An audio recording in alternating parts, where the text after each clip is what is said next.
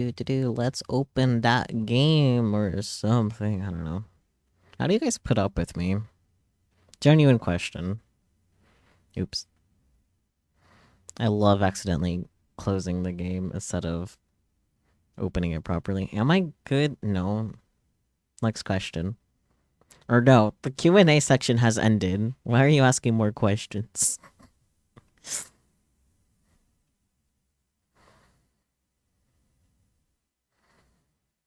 Bonks me, bonks you.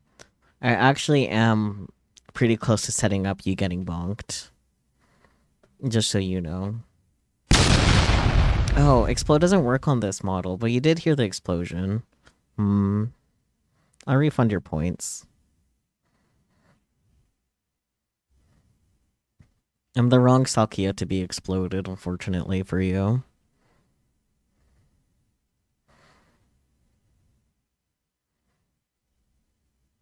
You got Baja Blasted, how perfect. You literally had Baja Blast earlier. So did I, but that's beside the point.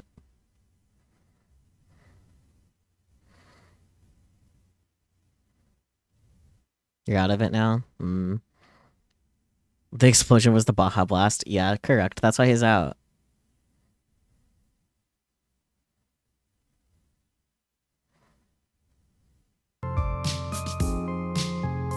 Baja Blast. Indeed. Okay, there we go.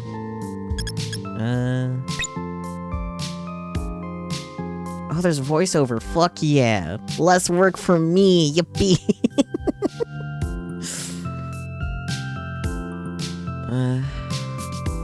I don't like the dark background of the timer. Like, it looks fine when there's nothing there, but...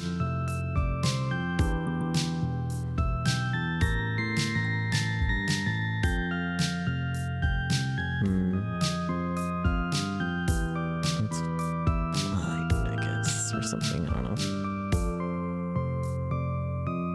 Anyways, is the game audio okay? It looks okay to me, but let me know.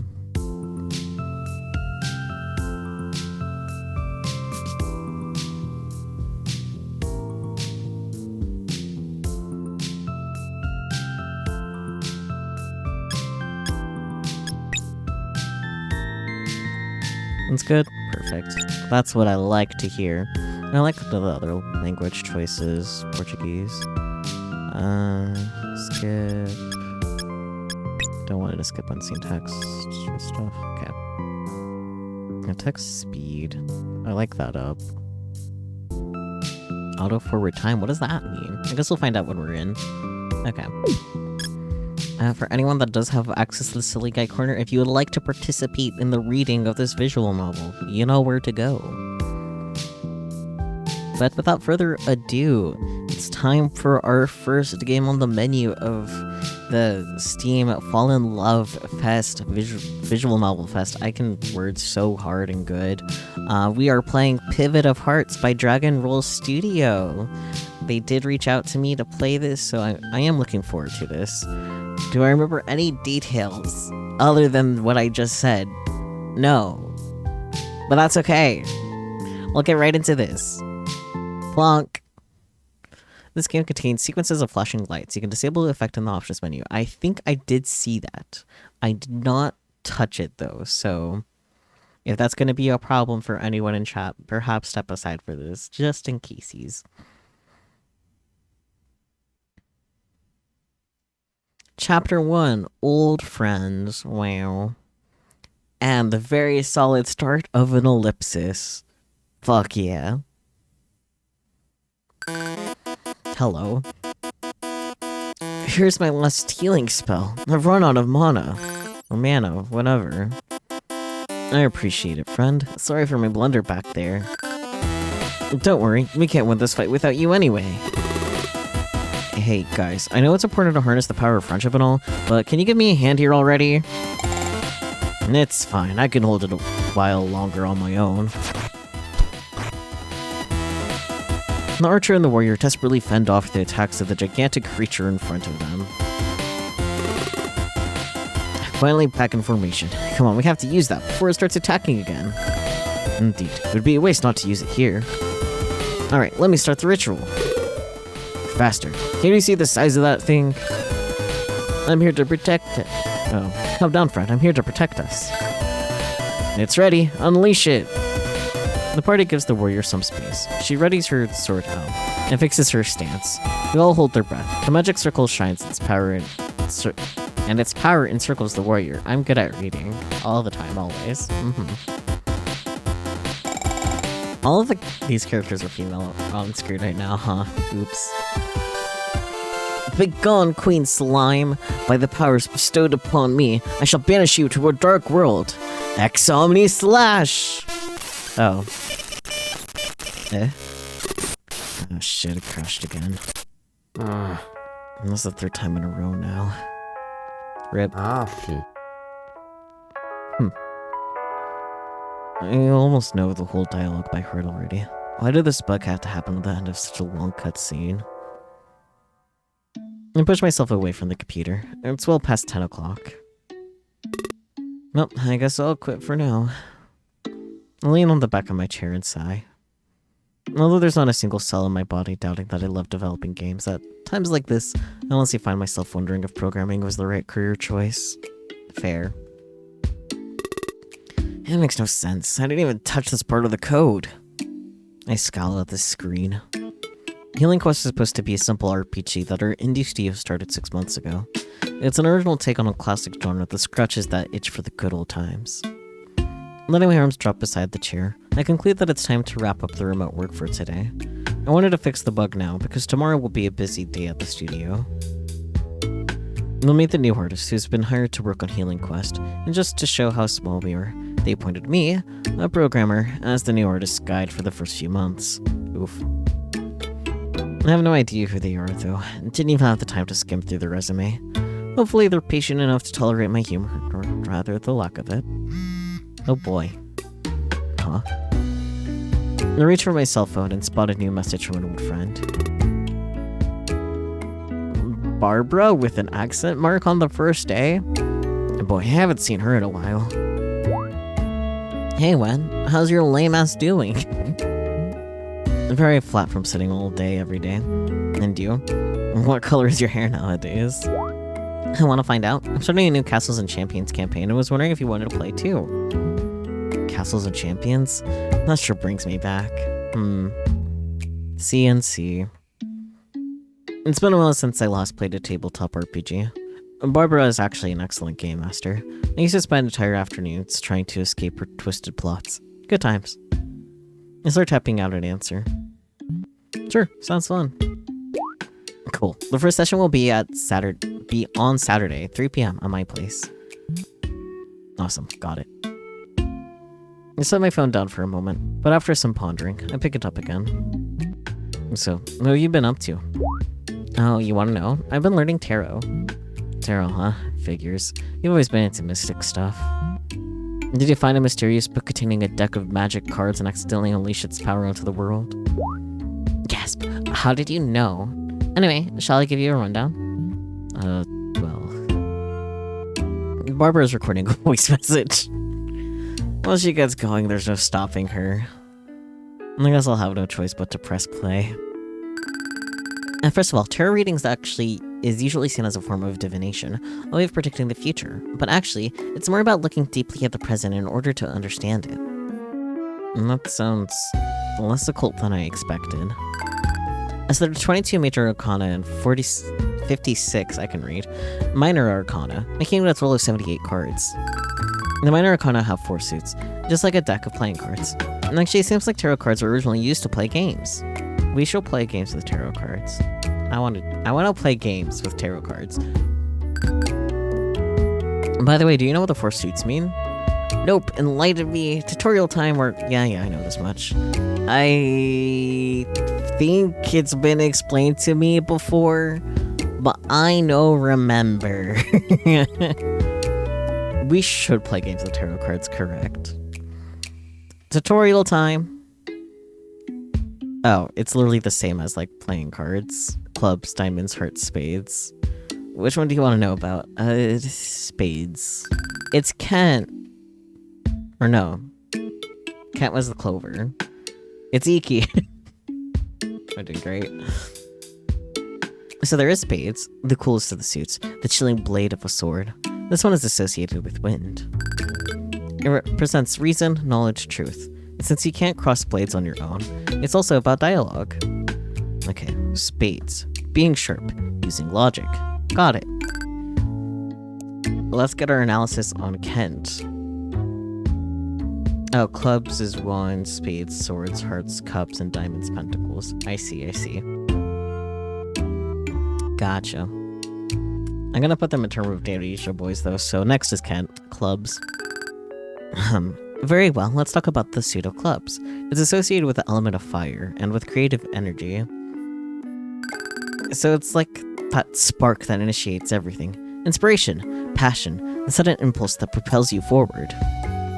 So I guess that means something like impetus or something. Okay. That does not sound like Kent at all, but that's okay. Toma's turn. I can speak. Alright, diamonds. As you may expect, it has to do with wealth. But it's not really about money per se. I think worldly, mundane. Humans can't just live off ideals, right? As such, its element is earth. You know how in order to harvest crops, you gotta work the field consistently every day? It's about that sort of steady effort. Got it, so steadiness, I guess. I can kind of see that applying to Toma, despite Dog Cage. But I can kind of see that one, at least. And now for Sheen's turn. Of course, this is the suit of hearts, which is also known as cups. A chalice filled with water, if you will, which is the element it represents. It's about those shapeless feelings that run as deep as the ocean, the bonds between people. Basically, the suit tells you to open your heart and face your emotions. That last part doesn't really sound like Sheen, but we haven't started his route yet, so... But from what we know of him, in passing, not really applicable. Hearts equals emotion. Easy enough to remember. I guess that's all of tarot suits. For a moment, I wonder if Barbara is gonna send another voice memo, but I see she's typing now. So now, ask the cards a question. Okay. How can I solve the Queen Slime bug? Deep stuff, man. But fine. I'll draw a random card for you. Even though I don't believe in this stuff, my heart skips a beat in anticipation for an answer from beyond. And it's 3 of Cups. Interesting. No, okay. What does that mean? Good question. I haven't gotten that far in my studies yet. Girl. I look away from the screen for a moment to stare at the imaginary camera that would capture my exasperated expression. I got you, buddy. I can look at a camera. Anyways. I see. What? No biting. Come back. You must be really tired. Why'd you offer me a reading then, quack? Quack, quack. From a duck. Very good. Despite how tired I am, I laughed with a small chuckle even as I rubbed my forehead in pain at the lame pun. It's been a while since we had this sort of back and forth. I'll get back at you on Saturday. Yeah, I'll get back at you on Saturday. Be ready for some high-level comical exchanges. Roger, have a good night. Cute. I finally leave my phone on the desk and lean once more on the back of my chair. Magical card readings aside, playing on an RPG would be a great change of pace. I've been too focused on work. The last time I hung out with friends was months ago. In fact, how long has it been since Barbara and I became friends? 5, 7, what, 10 years now? I can't believe it's been that long ago. I slide back to my computer and start browsing social networks for some long-forgotten high school pictures. It takes me a while, but soon a photo comes up on the screen. Oh, cute. Cat ears. Yep, that's me, Barbara, and some other people from, apparently, a very long time ago. It's pretty funny how Barbara and I still talk to each other after all that time. I guess we kept sharing the same nerdy interests, such as tabletop RPGs. Other two, however... Yeah, there's some people I haven't talked to in a very, very long time. I mean, for me personally, from people that I've known since I was high school age that I actually still talk to, I got 2. But also, most of the people that went to high school with me have literally no way to contact me, so even if they wanted to, they can't. I just kind of disappeared. My disappearing act aside. The art is cute, you are correct. It's very good. I like the cat ears. I imagine the one trying to put the cat ears on Wen is Barbara. And that's fair, Marble. I've just known Peachy for a normal amount of time. So, Peachy's one of them. Nigiri's the other one. Both of the people that I talk to that have known me since at least high school are my mods. That's funny. Anyways. She does have bunny ears on her hood. I love that for her. I might need to make a Saku design with a similar jacket, but that's beside the point. Oh my god, I'm getting old. Me too, Wen, me too. I turned off the computer and proceeded with my daily pre-bed routine of brushing my teeth, putting on pajamas, and contemplating the emptiness of life. Oh my. 10 minutes later, I'm lying face down and trying really hard not to think about that damn bug and healing quest. Ow, that's a painful hiccup. I make an effort to think about the upcoming campaign instead. And that's when I wonder, who else does she invite to the table? Could there be anyone I know? Nah, even if there were, it's been so long that we're probably different people altogether. We're just a bunch of stupid kids. And some things are better left in the past anyway. But I guess things could have also gone differently. Was there even a right choice back then? Gasp. Drama. I was even more exhausted than I am right now, as if all my mana had been running on fumes for a long time. High school be that way. Head pounding, legs numbing, stomach growling, but I barely felt any of it. Why are these here? Anyways. My thoughts kept going back and forth between solving the math problem in front of me, figuring out how much time I had left. I finished this worksheet, dropped by the library, returned the books that were due today, borrowed that other one, and then rushed to meet Nina. Shit, I'm already late. I have to get going now. The worksheet will just have to remain incomplete. I ran my books and pencil case into my backpack and quickly zip it up. I'm ready to get up from my desk when the classroom door suddenly opens. When? I'm not really sure how it exactly it happened. I guess my keychain got stuck on something as I tried to sling my backpack over my shoulder. Or maybe I just lost my balance from being caught off guard. All I know is the next second I'm on the floor, and my bag's contents have spilled all over. Worksheets, textbooks, binders, pencils, and a set of dice. Oh crap. Anyways, I lean forward and begin gathering my scattered items. Man, are you okay? I look up to see my old friend's hand extended towards me. Considering how mad she got last time we talked, the gesture is definitely a surprise. Yeah, of course, I just tripped. Hesitantly, I accept her hand, but the moment I put my weight on my left foot, I stagger and almost fall back down. Thankfully, she firmly grips my elbows, keeping me steady. I forgot how strong she was. Oh, I guess my foot fell asleep. Sorry, I'll just... And she's Wen. Her voice comes out startlingly loud, resounding through the empty classroom. You have to take care of yourself. Ellipsis. I once said her words, but can't bring myself to say anything back. My head hurts. I'm hungry. Feels like 1,000 needles are prickling at my feet from every angle. And now my friend's strengthening grip on my elbows makes me aware of a new, unfamiliar pain, spreading from my neck to the tips of my fingers. I'm doing my best. My voice comes out no more than a whisper, and I'm not sure if she even heard me. Perhaps that's for the best. Still, she pulls me up once again. Can you stand? I tap my foot on the floor a few times, making sure it responds to the stimulus. Yeah. Sighing in relief, she lets go of me and crouches down to pick up some of my fallen books. I bend down and follow suit, gathering the worksheets that flew all over. After a few moments of awkward silence, she speaks up. By the way, I'm sorry I snapped at you yesterday. Huh. That was unexpected. No, it's okay. We're cool.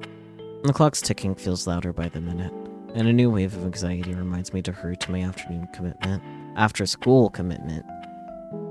Like, it's probably still in the afternoon, but beside the point. My friend moves farther away to pick up the dice that's scattered across the classroom. The dice. Another reminder of unfulfilled promise. Oh? Wow, they sure landed far.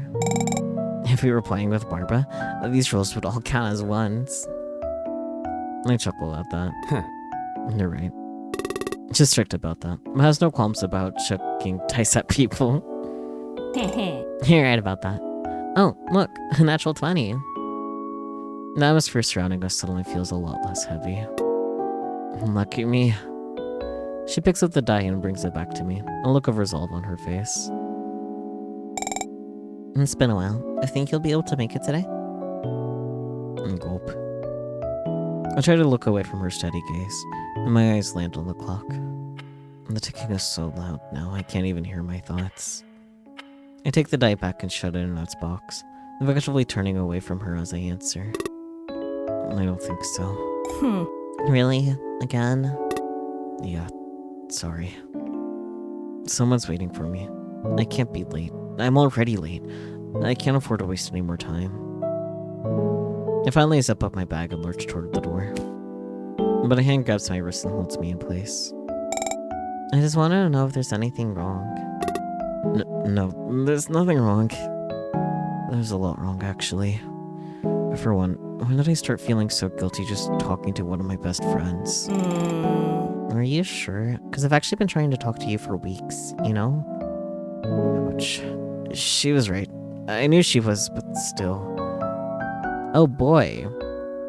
I guess I'll make a run for it, which... yeah. Tapping into your motivations, finding the impulse to move forward.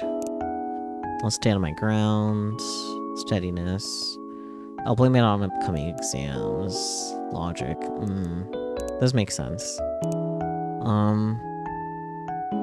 I mean, I think standing our ground might be best here. Because running away would just, worsen things for sure. Well... standing ground might also be not a great idea, actually. Blaming it on upcoming exams might be the easiest get-out card. Pun not entirely intended. What do you guys think?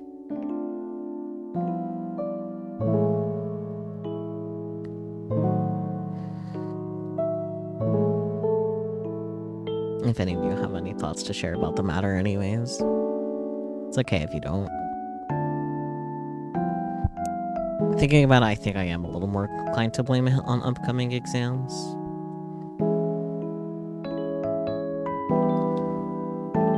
Like, I'm not convinced that this old friend would be convinced that that's actually the case, but, like, it would kind of damper the conversation and allow us to go without too much issue. Or standing ground and making a run for it will definitely be a cause for issue.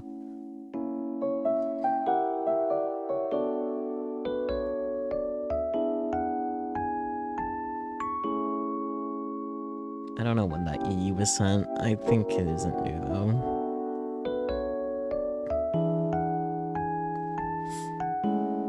Timestamps on Twitch chat when Twitch.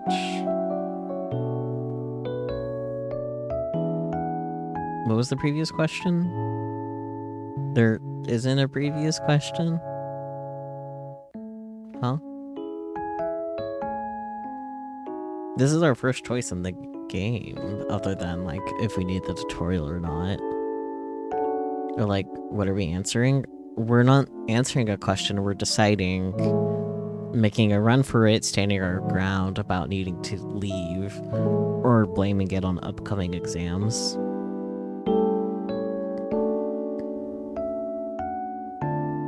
Because they are, like, kind of at odds with each other right now.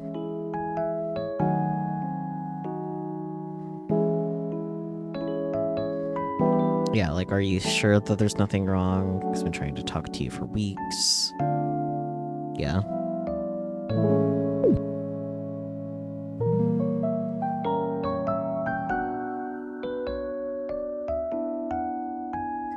Yeah. I do think blaming it on upcoming exams is the safe option, because other ones are quite likely to cause problems. One a little more obviously than the other.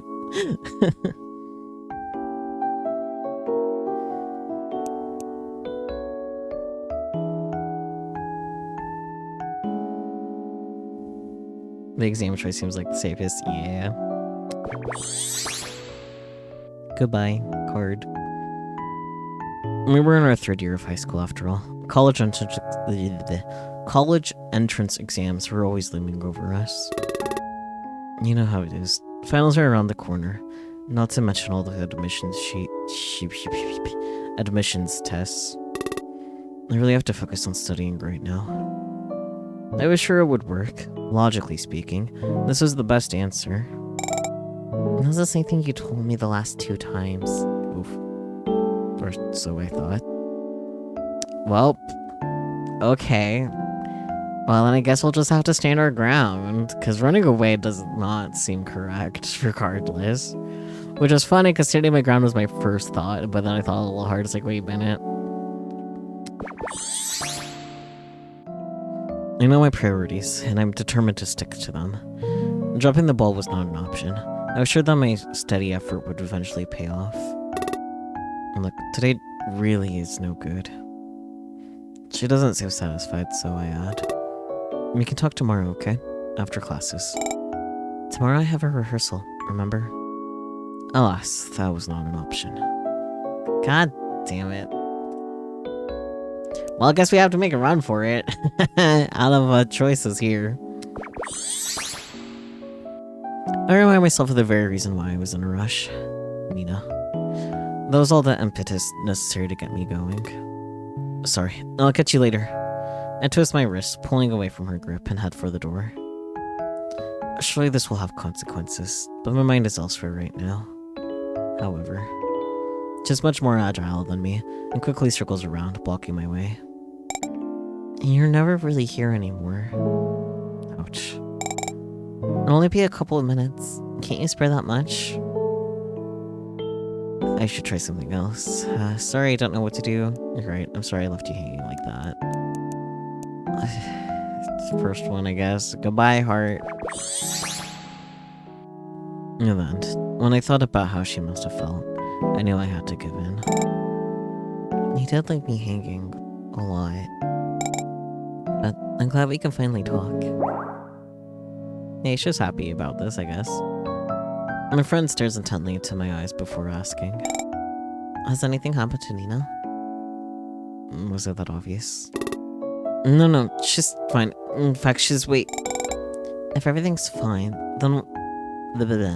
Everything's fine. Why have you and I been talking less and less to each other? Ouch again. She had a good point. We and Barbara used to hang out every other day. But things weren't so simple. If only I could explain it. It's just... When I started, my friend stared at me anxiously. Like, she really wanted me to say something. Write something. Okay, well, even if we didn't waste our previous cards, we wouldn't have been able to do this one. Telling her the truth, because we don't have 2 of each. RIP. I think that's just in your head. We're okay, it's fine, really. And then, I had no idea what she wanted me to say, and I didn't want to let anyone down. I tried to smile and sound as confident as I could, despite the burning doubts consuming me from inside. I could feel her expectations being thrown out as she sighed in disappointment. I hope you'd at least be honest with me. Sorry, didn't have enough tarots. And then, the past cannot be changed. I was too young to even understand the situation I was in. Oh my god, it's May 10th. On a Tuesday. Another day at work. I've been pretty burned out lately, but these home office days helped improve my mood. That and the news of a new tabletop RPG campaign starting this weekend. Anyway, our studio is quite small and young-lived. After a few attempts at making mobile games, we managed to release a successful one that keeps us running nowadays. It's a very compelling clicker game about bunnies. Oh my god. Bunnies. Even I had to stop myself from playing it after 2 months of intense bunny civilization grinding. Anyway, now that we have some money to spare, we're able to invest our time and effort into games with more creative freedom. And so, Healing Quest came into being. Hola! Good morning, Wen. Oh, hey, morning, Bia. Yo! Yo, Wen, my dude, have you heard? Morning. So, Bia, about this bug. Heard what? Well, it'd be kind of rude to ignore him. Heard what? I figure it's fine to have a little chat before diving right into work.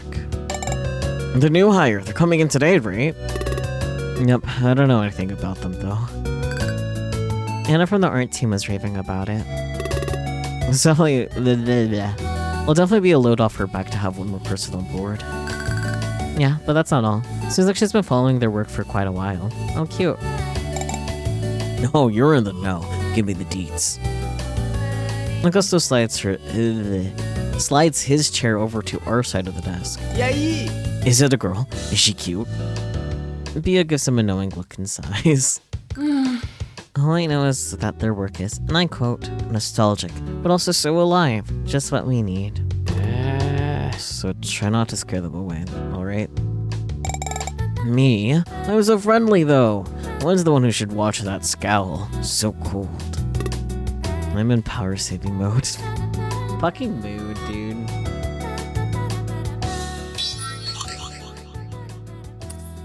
Oh. I see.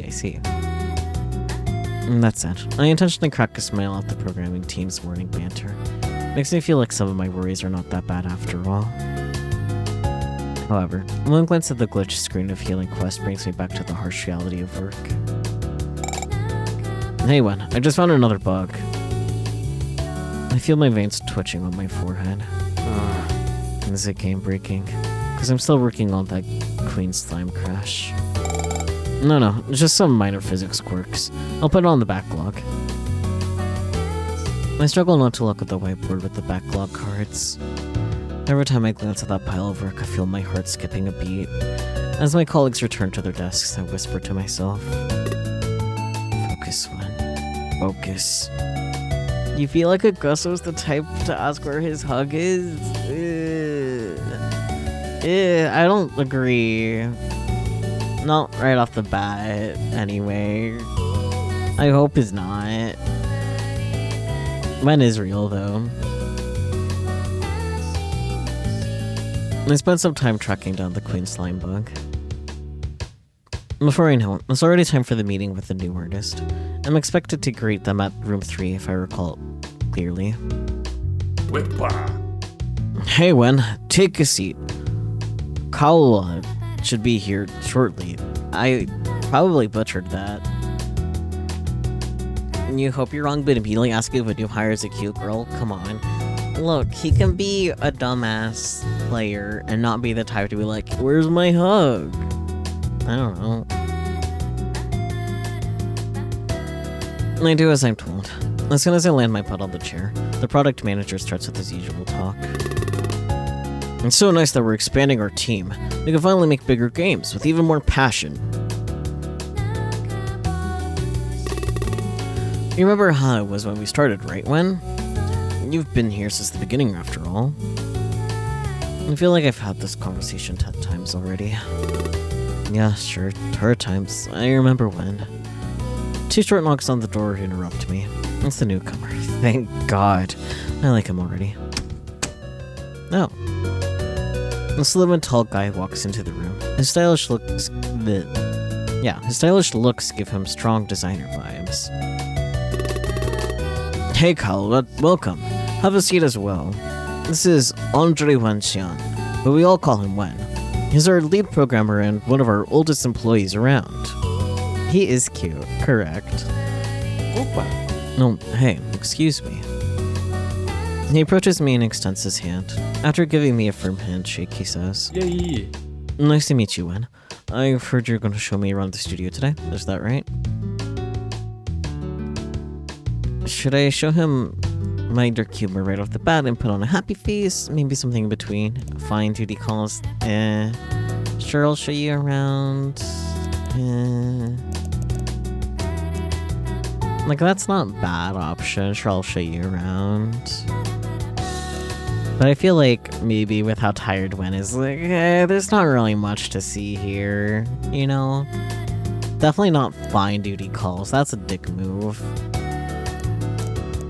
What do you guys think? Should we just happily show him around or be like, there isn't much to see?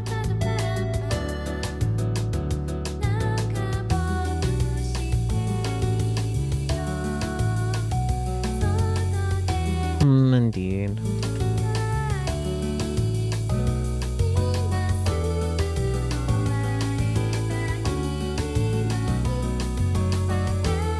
The BGM is a bop.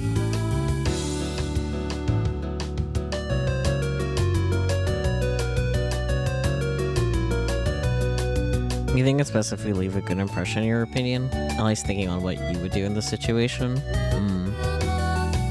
So I guess you personally would be the first one.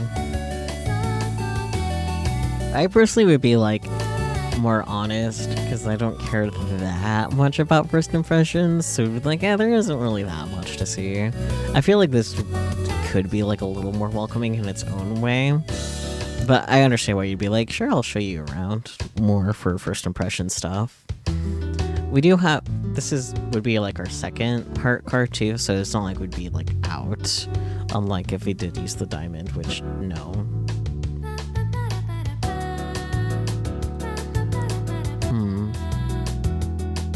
God, the music is very good. I like this song in particular. It's very like, yes. I don't know. Yeah, fuck it. We'll show him around. Let's be nice. Yeah. Nice to meet you too. Then, sure. I'll show you around. Feel free to ask me anything. Things could be overwhelming at first. Oh. He was blushing a bit. No, cool. Thank you. Yippee. Here's some advice. The blue chairs are the oldest, so avoid them for your back's sake. Hey, all our chairs are top quality. With a sprite tilted. Very good. Chico protests on the sudden movement makes the back of his chair propel him forward. I'll keep an eye out. We talk about some boring office stuff, and 10 minutes later, I'm touring him into our workspace. And this here is our visual management board. I feel a piercing pain in my chest. I fail to avoid looking at the backlog task list. Oh. No, that's a long backlog. A second pain crosses through my veins. I visibly flinch. Yeah, I suppose. I quickly take him to the artist section to avoid further questioning. Real. And last but not least, this is where you'll be working. Anna and Beto will be your teammates. The artist section consists of 2 joint desks where the 2 pairs of people can sit across each other. Yeah. Anna and Beto were bent over the drawing tablets. They stopped to stretch and exchange greetings with their new lead artist. Before I know it, they're already discussing Healing Quest art style. Oh my gosh, the pixel art in this game is so cute. It's so heartwarming and nostalgic. I remember staring at the screen for hours and playing my favorite RPGs to try and reproduce the characters and monster sprites pixel by pixel on the computer. And I'm about to chuckle along with Kalu as they exchange stories about their career's origins. I see that as my cue to end the tour and so to leave them talking, and go back to my desk to squeeze in some work before the next meeting. As I go about the other meetings of the day, I keep seeing the artists talking and laughing warmly. I'm very impressed by how fast Kalu befriended them, considering he's effectively their new boss. Oh, is that his position? Cool. It's not that simple to start a hierarchically bound relationship like that. Maybe he just makes people feel comfortable around him. I guess we'll find out. It's now Wednesday. Home sweet home, or something like that. These days have been so hectic I barely have time to clean my space. It's gone to a point where Queen Slime might sprout out of a corner. I should have thought and begin picking up and folding some shirts. I'll pull open a drawer to stuff them into, but realize it's already overflowing with haphazardly thrown in pieces of clothing. Man, when did it get this bad? Am I becoming a workaholic? Sighing, I kneel down and start pulling out the messy shirts to fold them properly. Just think of this as Tetris, Swen. You'll be done in no time. This takes me back. I hold an old t-shirt in front of me. The washed out image of the group of armor-clad heroes from my favorite cartoon as a kid fills me with nostalgia. I barely have time to clean my room. Presents the cleanest room we've ever seen. Yeah. It was a birthday gift from my high school days. If I'm not mistaken, the day I got this. But never mind that, I gotta clean up and sleep.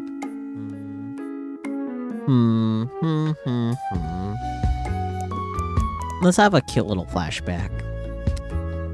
I move over to the PC and quickly look for the old photo I had uncovered the other day. Oh, yep, there's her shirt.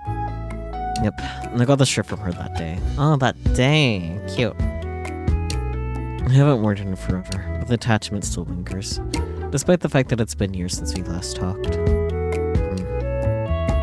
Barbara, who was really trying hard to put cat ears on my head back then, on the other hand, keeps popping up and dragging me into human interaction to this day. I suppose I'm grateful to her, since I do tend to not seek out other people too often. I'm the kind of guy who stays in his lane. I'm told that's why I'm single now, but I did have a girlfriend back then. Never could have guessed from the last thing. To this day, I'm not sure how it all started or why it ended. All I have left are a few fond memories and a nagging sense of failure. That's rough. I was supposed to be cleaning my room and getting some sleep, so why am I taking a stroll down memory lane all of a sudden? I get up and start clothing folds. Start folding clothes again. There's no need to get all wistful now of all times. Besides, the RPG session is coming up. It's not like my days of hanging out with friends are in the past. Ooh, we got 2 heart cards from that. Let's go. That's right. I hope the new RPG campaign is just the beginning. I miss having fun with people. Yesterday's cheerful chatter about game sprites echoes in my mind. I bet someone sociable like Kala has no problem keeping up with a bunch of people. I grumble to myself as I shut the drawer.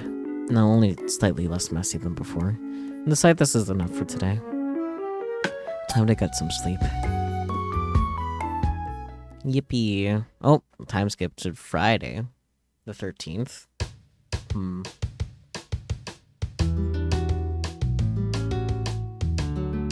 It's been one hell of a week, but thanks to Kalawa, we've made significant progress with the visual aspects of the game. Well, it's finally Friday. Time to go home and get some rest. Start packing my things. When? Where do you think you're going? Home. No way, it's Friday. We gotta hit the bar. We gotta welcome Kalawa into the team, make him feel at home. I look around the office, and there is an energetic group gathered around Kalawa. He seems to be getting along with everyone already. I don't think me being there will make any difference. Come on, man. We haven't had a drink in so long. No, meet you there. I just gotta get my stuff. Okay, don't run away. He seems satisfied and I'm left alone. As I finish shoving everything into my backpack, I realize I haven't washed my mug yet. I try to sneak past the group to get to the small office kitchen. But Kalawa notices. I smell sheepishly. Opa. See you at the bar? No escaping now. Yeah, sure. I'm just gonna wash this. I guess I'm going to the happy hour. It could actually be nice to have a chat with Kalawa. He was a big help this week and had some cool ideas. But I doubt I get a moment of his time. I hope he's dateable. Yep, as expected.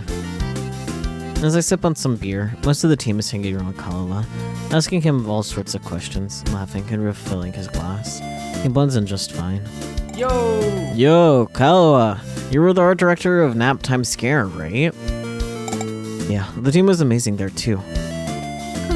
The animations were so well done. I was impressed. Awesome. Do you know Zay? She? He's like my bro. Yeah. I remember he was super into that robot anime. Yeah, that guy never changes. Did he make you listen to all his theories? Charismatic people really are something else. I was one of the people who started building our studio. Despite the seniority, I have a hard time talking to a lot of people in the office. Even though I know the project and the show they're talking about, it doesn't feel right to join in. I love to get my mind off the endless backlog, though. Grumble. Huh. I was so focused today, I forgot about my afternoon snack. I reached for the plastic menu next to Augusto. I remember that game jam when Anna fell asleep on her keyboard and typed 1,000 lines. Oh yeah, the Nachorito thing? Oh my god, how could I forget that? I have an understanding of the inside jokes they were mentioning, but Kawa has no idea what they're talking about. I glance at him, trying to learn how an extrovert registered deals with these situations. To my surprise, he's just holding his empty glass and awkwardly laughing a little. Everyone's too engrossed in reminiscing at the moment. Should I reach out? He can handle himself properly, or I guess he can be at a loss. I'll call out to him. Well, I feel like we have to call out to him if we even want to pretend that he's dateable. I actually don't know if he's dateable or not. What do you guys think, though? We probably should just call out to him, though, right?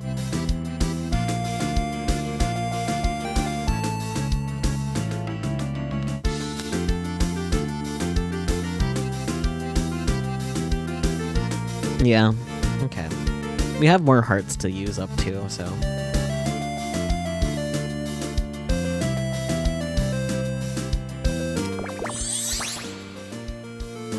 Moving the menu in the air slightly, I tried to catch his attention. Yo. Hey, Kawa, want some food? He brightens as soon as he hears that. Harrell, you would not do this because you're too nervous. Aw, that's your 5 ever. Looking relieved, he sneaks out of his seat and joins my side of the table. The rest of the team is still fired up about whatever happened at the game jam 2 years ago. Oh my. Whoopa. Thanks, man. I was getting hungry. Same. I'm pretty weak with alcohol, so I gotta eat. Want to share some fries? Ugh, fries would slap. Hell yes. I'm craving some fried polenta. Cornmeal, often served fried, as a popular finger food. Huh. Also really cool that you can just hover over that and learn what that is. I have not had that before, but I would be down to try it. That's even better. Unless I ordered polenta instead of fries, my pals berated me for it. This guy's right. You make cheesy polenta at home. That's good. I mean, sure, man. I'll trust your word. I'm never there when you're making stuff at your place. He calls out to the waiter in a friendly voice. Excuse me, Chief. Could we have a big portion of fried polenta and... He glances at the empty bottle on the table, and then looks at me awaiting approval. I nod. And another beer, please. Sure thing. Kawa leans back on his chair and places his phone on the table. I can't help but notice something familiar about the strap hanging from it. It's a helmet shaped like a dragon's head. Could it be? Hey, is that from Warriors of the Horoscope? Ah, this? Kawa picks up the phone and lets the strap hang between us, showing off the detailed charm attached to it. It sure is. I'm a huge fan even now. Really? Me too. Kawa rolls the little helmet between his fingers. This guy was my hero growing up. He always had everyone's back. Yeah, he was cooler than the main guy anyway. That's what I always say. You know the arc when... Suddenly, a beer bottle and a tray of fried polenta appear in front of us. Here you go. Thanks.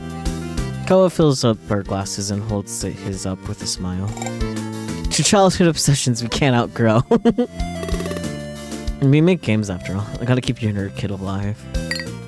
We clink our glasses together and cheers. Lightly hit them against the edge of the bottle and drink. Huh.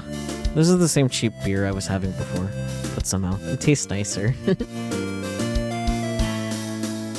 We both reach for the sticks of polenta and to shove them into our mouths, munching hungrily. It sure has been a while since I had this. I can't help mumbling with my mouth full. The polenta was a good call. Kawa closes his eyes and nods enthusiastically, savoring the taste. Right? I just can't help myself. I keep grabbing more polenta and washing it down with the beer in the endless cycle, interrupted by only by my need to talk about my favorite cartoon. And we keep on discussing what was the most intense battle, the craziest moves, some questionable adaptations. I'm surprised at how easy this is. I'm kind of having a great time. By the way, I have no idea what time it is now. Yay! Yo, Wen, what you doing? I realize I'm standing up, precariously balancing myself on one leg while undulating my arms like wings, imitating the Swan Warrior signature move. I think Wen's a little drunk, as a treat.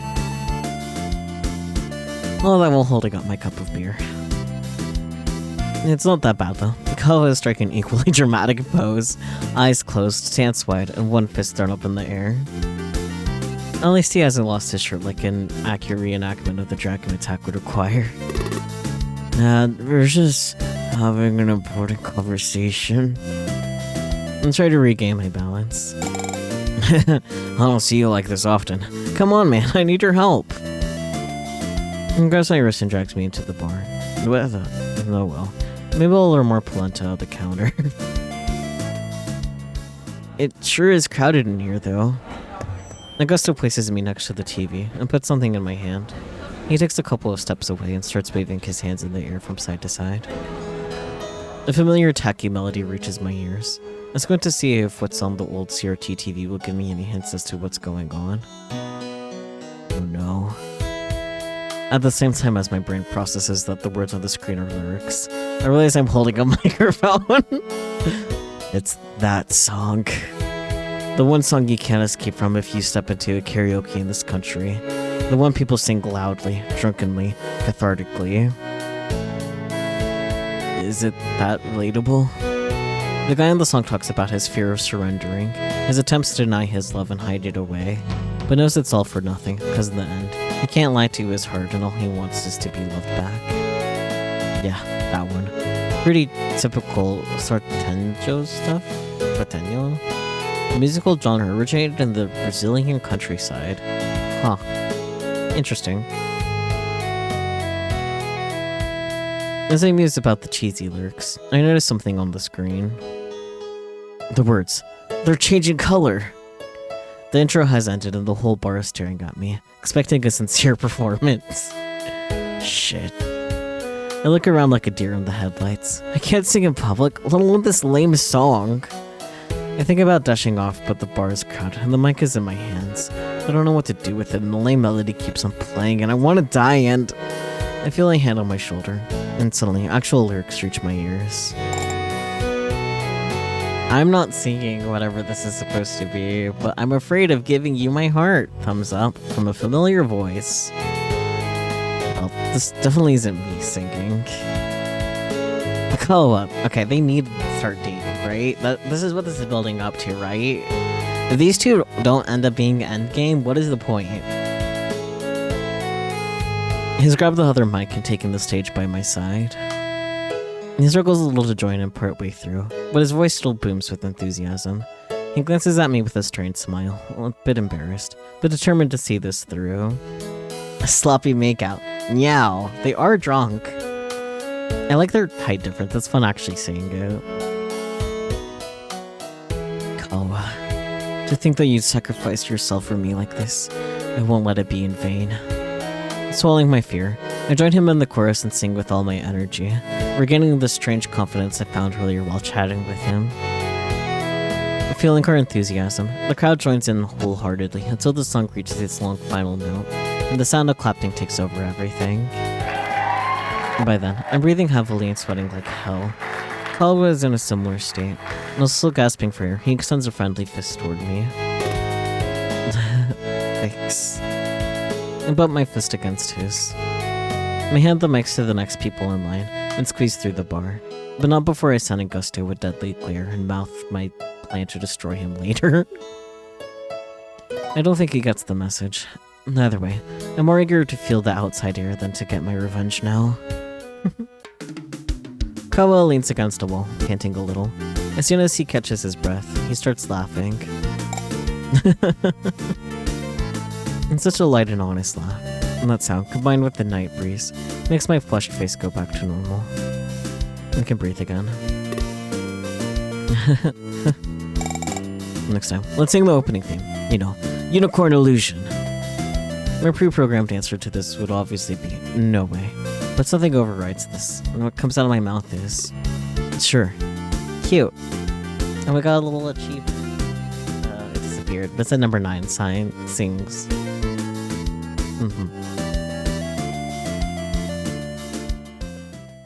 Saturday, the day of the tabletop RPG. Wouldn't it be crazy if Kawa was part of the party? Pat's wet though. He's definitely hungover. I'm not sure what woke me up. The persistent headache, the dryness of my throat, the sunlight shining through the window. As I clearly forgot to close the drapes last night. And sitting up, I noticed that drunk one was smart enough to leave a glass full of water on my night table. Good job, drunk one. I grabbed the glass and gulped it down faster than the beers I had last night. Ah, that's right. I embarrassed myself in public singing that lame-ass Sertano song. The memory makes me want to crawl back under the covers. As some relief sets in from hydrating myself even slightly, I recall that I wasn't alone then. Right, Kawa backed me up there. That made it a lot less terrible. I guess it wasn't all bad. He was a pretty cool dude, and we got to talk a lot about Warriors of the Horoscope. Oh wait, I didn't. I bring my hand to my forehead as a new pang of pain hits me along with the memories of reenacting that famous ice attack pose. I guess I really did get carried away. How did I even get home? I vaguely remember stumbling to the bus stop with Kawa's help. But wait, were buses even running? What time was that? And wasn't I the one helping him keep his balance at that point? It's so fuzzy. It was a miracle I didn't miss my stop. As I mentally retraced my steps, I grabbed my phone to check the time. 10:15. And a few messages too. Let's see.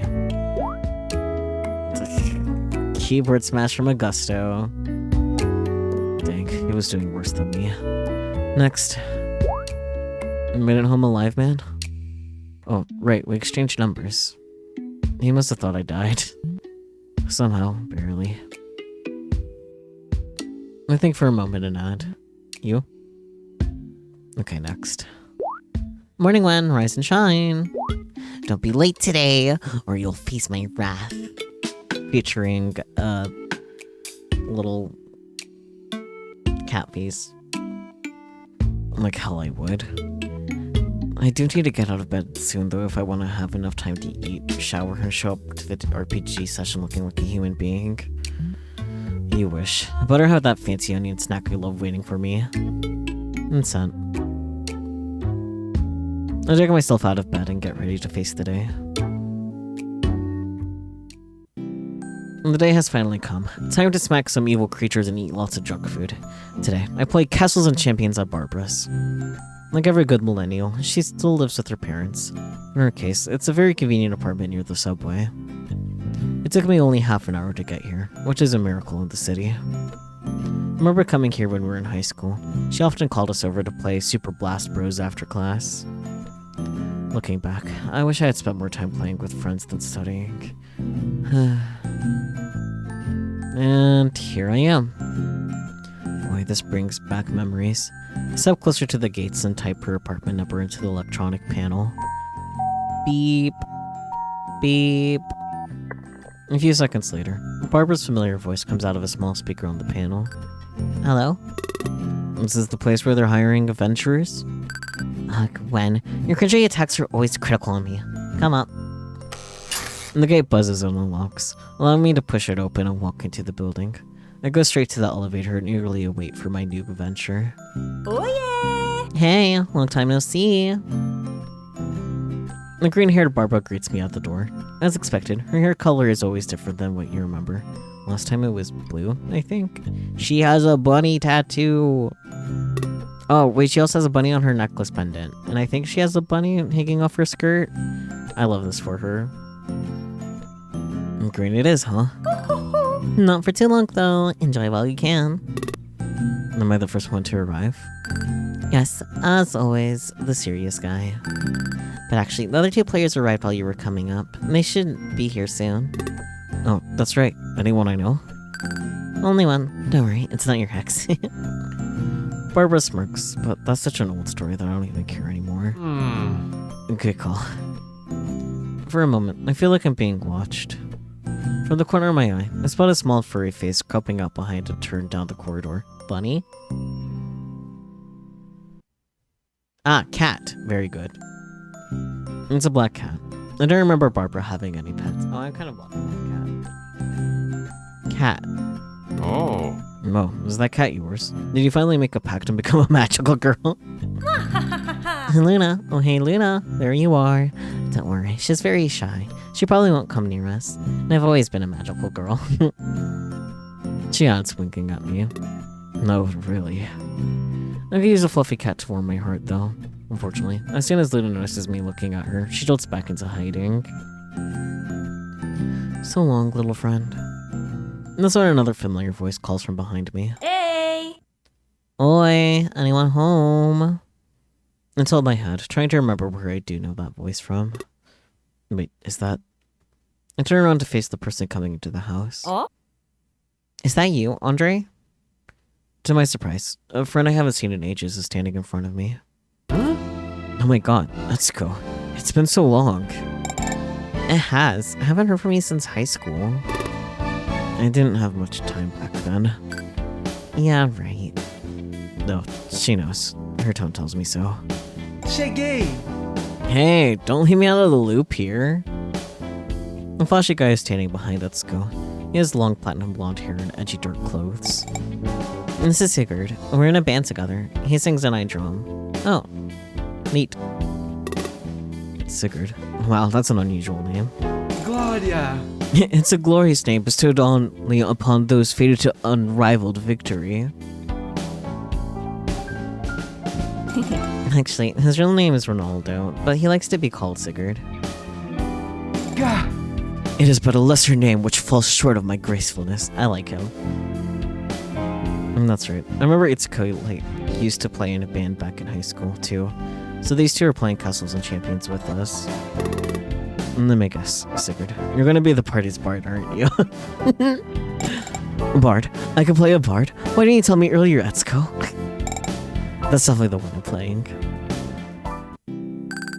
Well, both Wen and Itsuko are Castles and Champions veterans, so bear with me while I walk Sigurd through the basics. I'll leave through the character options in the meantime. If Sigurd's a bard, though, I suppose a tank is a good choice. If you have a support in a tank, I'm really happy with your name, Shijiva. Noticing my mouth full of my favorite prized Unedited snacks is getting in the way. I quickly raise an apologetic hand and finish munching them down. Sorry, I meant, with the support in a tank at the party already, I don't mind being the damage dealer. To me, you're still speaking in tongues, snack or no snack. You know what mood? When an Etsuko, tone the gamer jargon down. Sorry. Megan and I both glance at each other as we speak at the same time. I guess you were too excited. Tabletop role-playing games, or simply TTRPGs, could be very daunting to newcomers after all. We don't want to overwhelm Sigurd and turn him off. And that's fine. I know you're super excited to play my game, as you should. Now Sigurd, let's start with the basics. Barbara goes on to explain the general premise of TTRPGs. In summary, someone acts as the game master, a mixture of narrator and arbiter, telling the other players what their characters see and hear. Then, these players explain what they want the characters to do.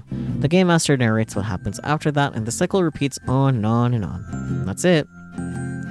It's a fun kind of game because you get to be and do things you never could in real life. Explore worlds of fantasy and adventure. As a gamer and game developer, I really dig this shit. Except, as I said, it's not that simple of a game.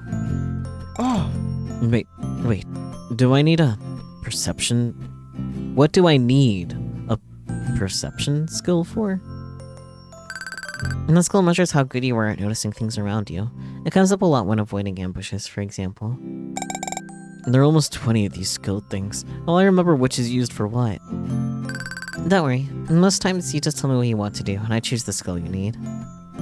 The Q&A goes on for a while. Let's and I chip in to help Barbara from time to time as well. Being a singer in a power metal band, Sigurd is very familiar with fantasy tropes, which helps a lot. Okay, I think I've got the gist of it. I trust you guys to help me fill in the gaps. I'll probably understand better as you play. That's right, and you can count on us. Great. Now before we move on to character building, which I know you two are way too eager to do, let's discuss the setting and premise of the campaign. I look over the already half-filled character sheet in front of me, showing my empty hands in the air to comply with the order to cease and desist. Glancing at Etsuka's character sheet, I realized she was, indeed, guilty of the same crime as me. Since Sigurd's a newcomer, I think we can hear what kind of game he would like to play. Sounds like a plan. Well, there's this metal song I really like. It's about two kingdoms at war, and the horrors left after each battle. How does that sound? Too heavy? Very straightforward and easy to remember. That's a good premise. We can discuss how gruesome we want the world to be. Given that initial idea, do you two have anything you want to add? I want a world filled with magic everywhere. I'm ready to fulfill my duty as a hero. Or I want to achieve goals by being cunning and deceptive. I feel like there's no wrong answer here. I just don't know which I would want more. What do you guys think? What are your thoughts and feelings?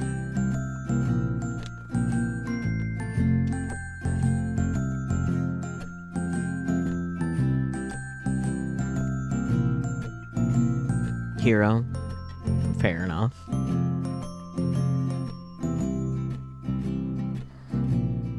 I feel like hero is a safe, like, middle of the road answer. I feel like magic might be a little too lighthearted, personally.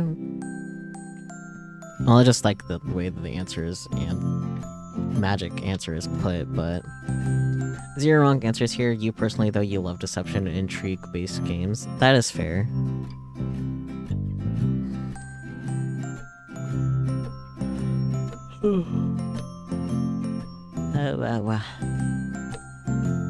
Is the Peacher still handy to offer an opinion, or anyone else?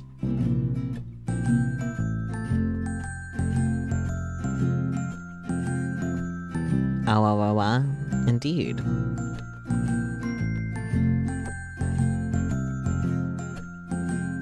I'm afraid isn't one of the three choices, though.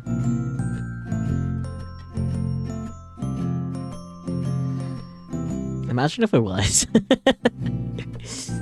Anything else you would like to add to this premise of the idea? In order, this sounds like mage, warrior, and rogue. That's fair.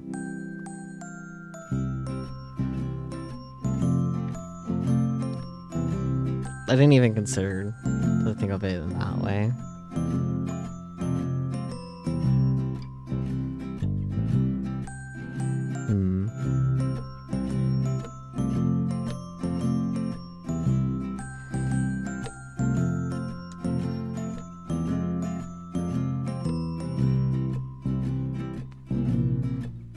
My body aches.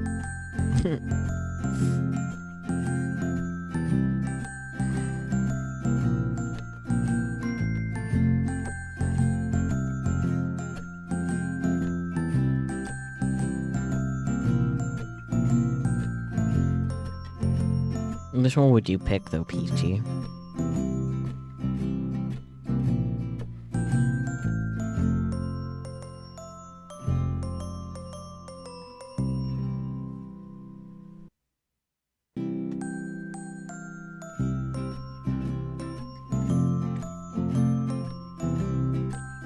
Honestly, when framed like that, I'm a little more torn between mage and rogue rather than the hero and the third one.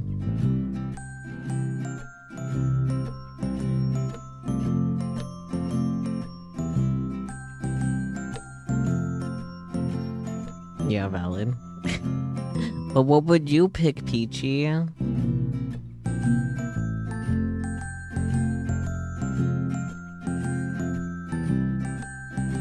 Mage, probably. Okay.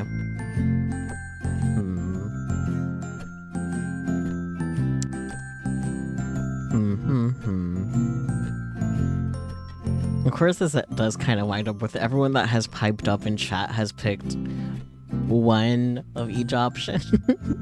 So this is leaving me having to decide anyways.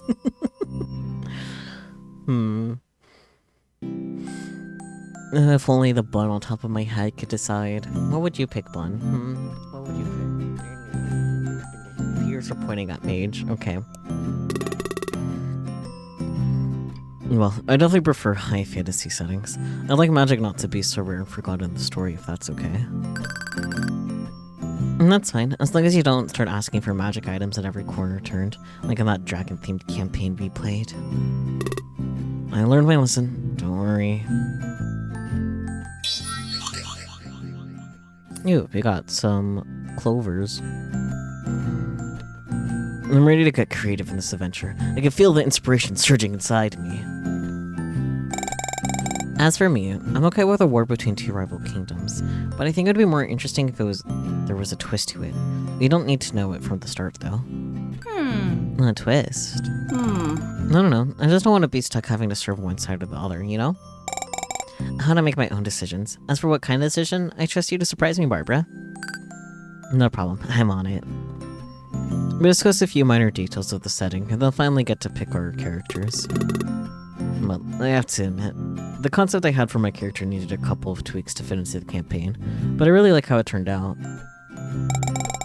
Same here. Since Sigurd is set on being a bard, a support class, I'll go with a good old fighter, a frontline class. Perfect, because I feel like consuming chaos from afar. I'll be playing a warlock, an edgy spellcaster that made a pact with a patron to gain power and purpose. Great, so we have Flashy Dude, Big Sword Gal, and an Edgelord Magical Boy.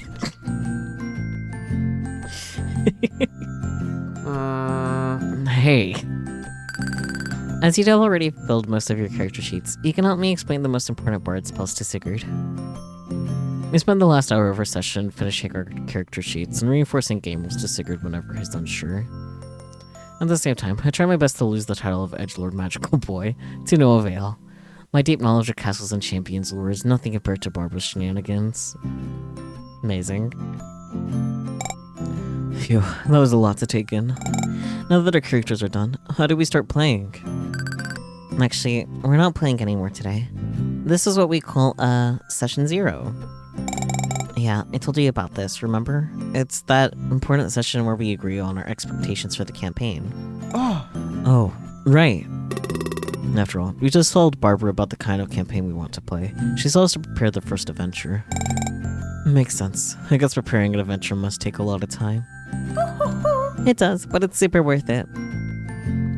We start gathering our things to go home. It's a shame, though. I wanted to talk to Etsuko. I realized that after all these years, I don't have her number anymore. Should I ask for her phone number, or would that be too weird? I don't think it'd be too weird. I think we should ask for it. Unless you guys think it'd be too much trouble. What do you guys think?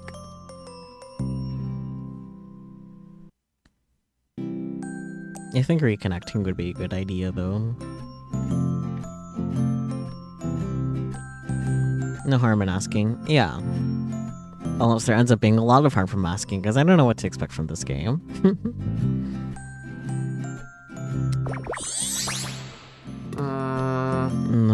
Hey, Etsuko? Oh? Yeah? We haven't talked in so long. Can I, message you? I don't think I have your number anymore. Of course, I want to chat with you too. Yay. I got my phone and Etsuko recites her number. Let me add you. Bear sticker saying you. I quickly sent her a little sticker to save her the trouble. That's a cute one. Cat saying hey.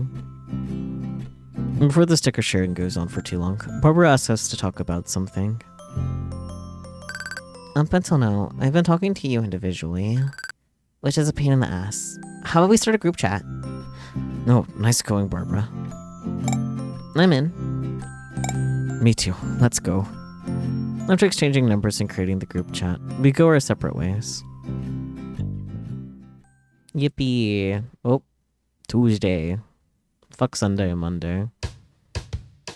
And it's Tuesday again, but something feels different.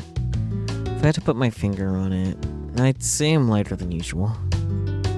Usually, getting up and walking through the street and entering the studio take a reasonable amount of effort. Today, I barely thought of it. Instead, I kept remembering the Castles and Champions session. I met friends from so long ago. I mean, Barbara's always pestering me or flooding my chat apps with memes, but it's nice to see and hear her. But that's because a different story. We barely talked in the last decade, which is a real shame since we used to hang out almost every other day back in high school. I forgot how tuned we always were. It's not like a single day passed and we went back to talking in sync or rushed to create characters that complement each other. I feel like I might have read that wrong. Like, in tone. Let me reread that. I forgot how tuned we always were. It's like not a single day passed and we just went back to talking in sync or rushing to create characters that complement each other. And that was very refreshing. I guess I was kind of lonely these days. Or months. Or years. Anyway, back to work. What was I doing again? Huh? What is that? Is that normal? What is? I look at my screen where Healing Quest is running to test a new monster. However, what was supposed to be a cute mushroom creature looks more like a convulsing mess of pixels. Alright, maybe I was feeling too light. How did this happen under my watch? Yeah, this is very much not okay. I assume that was supposed to be the new mushroom monster, right? It's barely recognizable. You could see parts of the original sprite, but they're cut and shred in all the wrong places. Pretty much. I stared at it for a while, trying to understand if there was an underlying pattern or if it was just pure chaos. I think either the animation I scripted is wrong or the sprite sheet is severely misaligned. I turned to face Kawa, surprised. Exactly. You have a good eye for this. Nah, I just saw it happen before. Wait, look. One of the glitch mess mushroom monsters stops moving for a while, and its animation suddenly looks normal again. What? Why? It only lasts for a few seconds, then it goes back to throwing a tantrum. Oh, wait, I see. It's the attack animation. It's the only character action that's not glitching. That animation is working, but not the others. Walking, staggering, waiting. These are probably all broken except for the attacking frames. Yeah, which means it's a problem in the sprite sheet. We exchanged quick glances and allowed a synchronous heh. Can you open it? Sure, just a sec. I closed the game and rummaged through the engine interface to find the newly added assets for the mushroom monster. After clicking on it and letting it fill the screen in front of us, the culprit behind the bug reveals itself. Kawa, however, is confused. Oh, doesn't it look normal? The frames seem aligned. They probably are, but that's not the issue. Being the one who programmed the animation used by all monsters, it was easy to see the problem here. It's not how each frame is done, but the fact that there are too many frames. Look, the attack animation is the shortest. What do you mean? Oh, I see. The game expects each animation to have a fixed number of frames, but only the attack animation follows that restriction. Yup. Which means, as soon as I start that sentence, I realize this is partly my fault. And actually, given I've been doing this for a handful of years, it's probably mostly my fault. Which means the artist who made the sprite sheet failed to follow the format you specified. I grimace and swallow my pride. Knowing when to admit your own shortcomings, the lack of communication with the team is an important part of making games. No, they probably just didn't know about that restriction. I closed the mushroom monster sprite sheet and opened another containing a hideous stick character animation sheet done by yours truly. When we started doing monsters, I showed the artist this template and told them the monster sprite sheets have to fit this format. The sheet contained sample animations using my very poor art skills. My rationale was that the artist would only ever draw sprites using this exact same number of frames I showed them. I thought showing was the best way to explain. I didn't even consider the possibility that they might want to create longer or shorter animations. I see, it makes sense. I also felt too restricted by how RPG Creator fixed the number of frames it could use to animate my characters. It's naturally important to vary the sprites and make each of them feel unique. I hadn't thought of that. And then again, I'm a programmer, not an artist. How should have I known? Maybe if you had a lead artist to voice the artist's concerns back then. Now what? How are we going to fix this? Indeed, how? This affects both programmers and artists, and changing how the animation works to fit the sprite sheet can impact all other animations. Well then, I asked the artist to remake the sprite sheet, which doesn't cost anything. Asked the programmers to make the animation system more flexible, which costs us a diamond out of our 1 diamonds.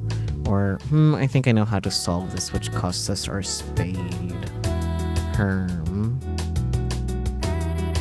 I mean, I have no idea what the secret third option would be. I am most inclined to just have the artist remake the sprite sheet, because it is only the one monster that needs to be corrected. And there is one animation that is fine, so it's not like all the animations for the one monster, you know? Also, we only have 1 of the diamonds and 1 of the spades, so I feel like we don't have as much wiggle room for using those right now. I don't know how much I need to hoard these in this game yet, but you know. What do you guys think though, if you have any thoughts about the matter anyway?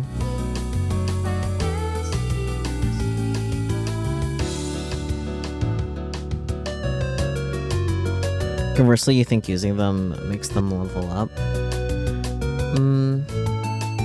I guess it depends on what you're trying to level up. Because, like, I haven't gotten... Like, I've gotten some cards back, but not after the specific action. I've gotten them from doing different actions later.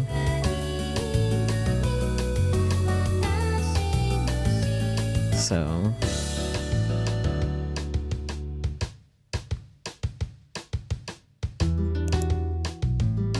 No, we could save. Interesting.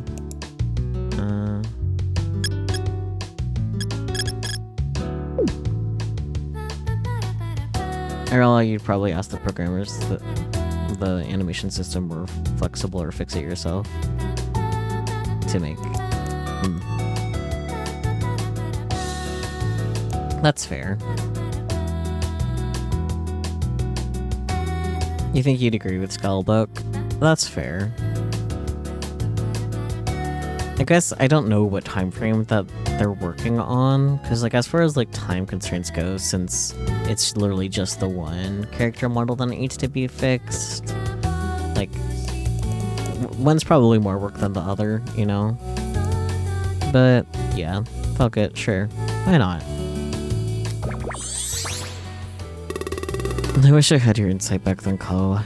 It might be a little late, but I'll ask the programmers to rework the animation system, even if I have to do most of it myself. Opa! Nice, man.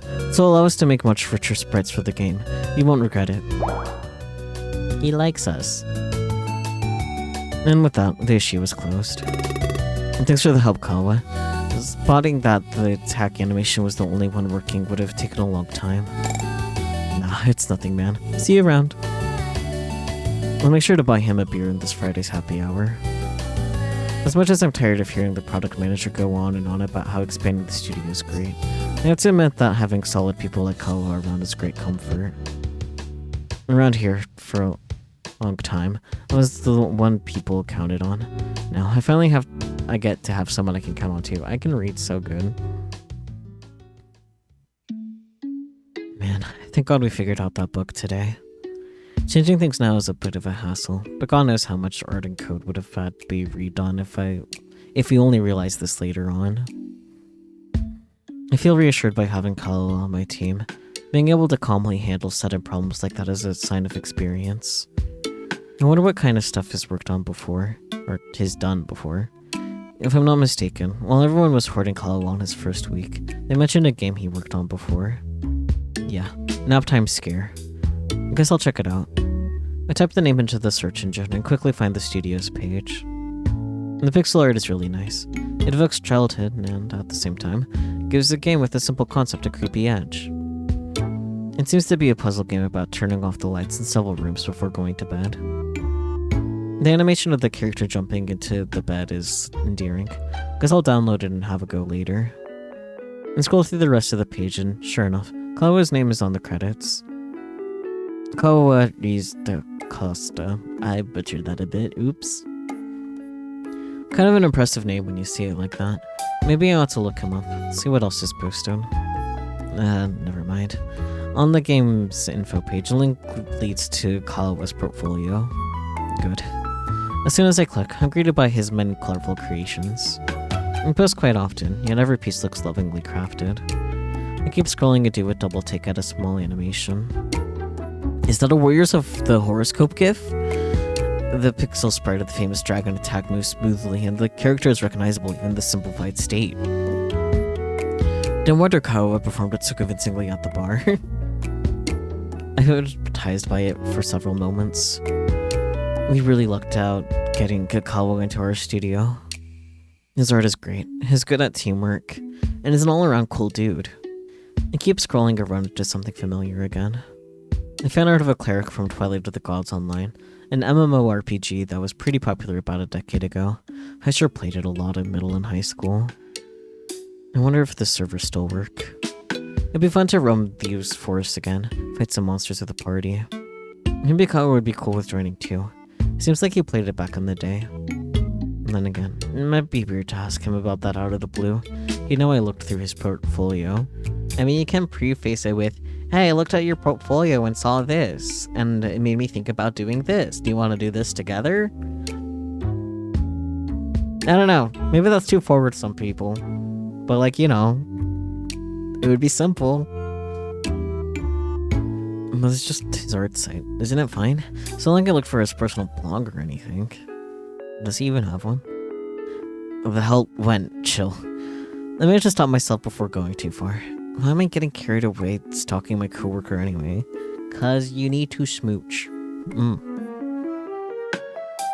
I gathered myself and decided to just take a quick look at Kawa's About page. There's a picture of a cute dog. Bark bark.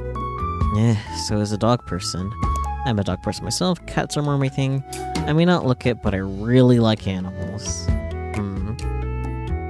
You'd be flattered if someone says something, asked about something because they saw it as part of your portfolio. Yeah, me too. And I do feel like the very forward approach would be like, hey, I saw this on your portfolio and made me think of doing this with you, would be a pretty good approach for that.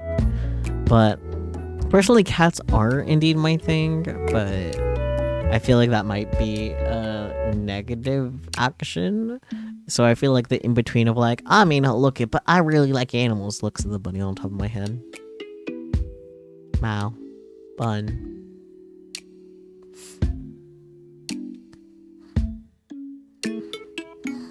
But I'm personally not that much of a dog person. Like, I don't hate them, but I need to warm up to certain dogs first.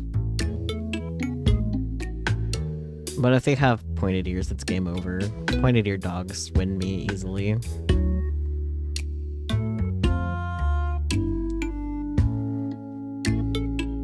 You agree with that, especially because your experience with the dog people is that they hate cats universally. Yeah.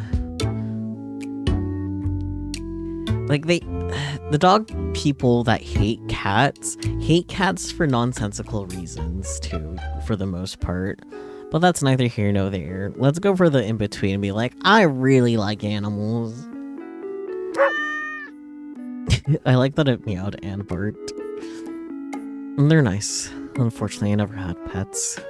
I hope I'll be able to at least get along with Luna if I keep going to those RPG sessions every week. I hope so too. Looking at the clock, I realized I spent way more time than I originally planned on this online investigation. I better sleep. I switch off the light, and the pixel art from Naptime Scare springs into my sleepy brain. Oh my. Ellipsis. Nah, work never seems to end. Oh boy, it's a mystery time. I frantically type lines and lines of code, but no matter how many times I run the game, the same bug still happens. I run my eyes through the code once again and scratch my head. I'm sure I just fixed this part. As I edit the end of the command, I notice a strange activity on the other lines. Are my eyes playing tricks on me? I rub them and stare at the screen again. Sure enough, words are disappearing and being rewritten all over the wall of text. Not only that, but the letters and numbers are joyfully dancing all over the screen. I'm dragging my fingers down my face in desperation. What the fuck? Aha! Hey, Wen! The project manager slams the door open and steps into my room. How's it going, Wen? Isn't it great to work on the games you love? Also, everything except for the big launch tomorrow? Huh? The what tomorrow? Didn't you see the schedule? What's happening to your computer? I don't know, it's been acting up since... Forget about self-editing code. There's slime coming out of the corners of my monitor. What kind of stuff have you been downloading? Must have caught a virus. What kind of virus? Apparently I can't even finish a single sentence because the slime has broken through my screen and invaded my room. It's not just any slime though. It's the fearsome queen slime in all her glory, slamming up the whole room. Ah! Chico and I run out the door and into the workroom. Wait, since when is my room connected to the office? No time to think about that though. We have to contain the slime.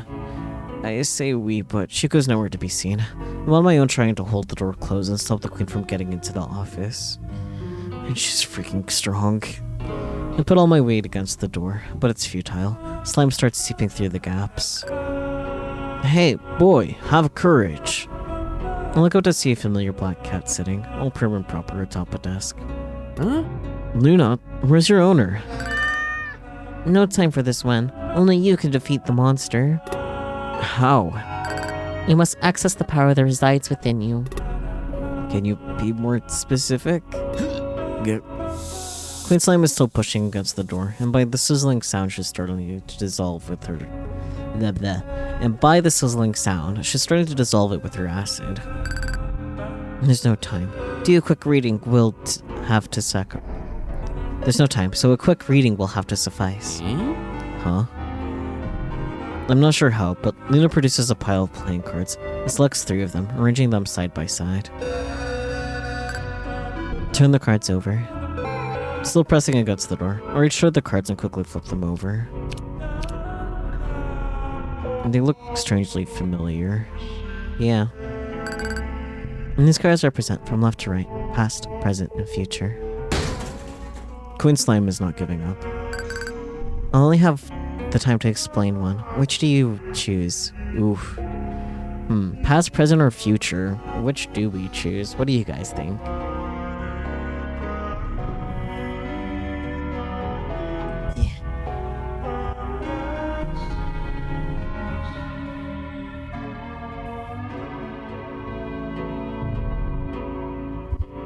Present? Yeah, that's what I was kind of thinking too.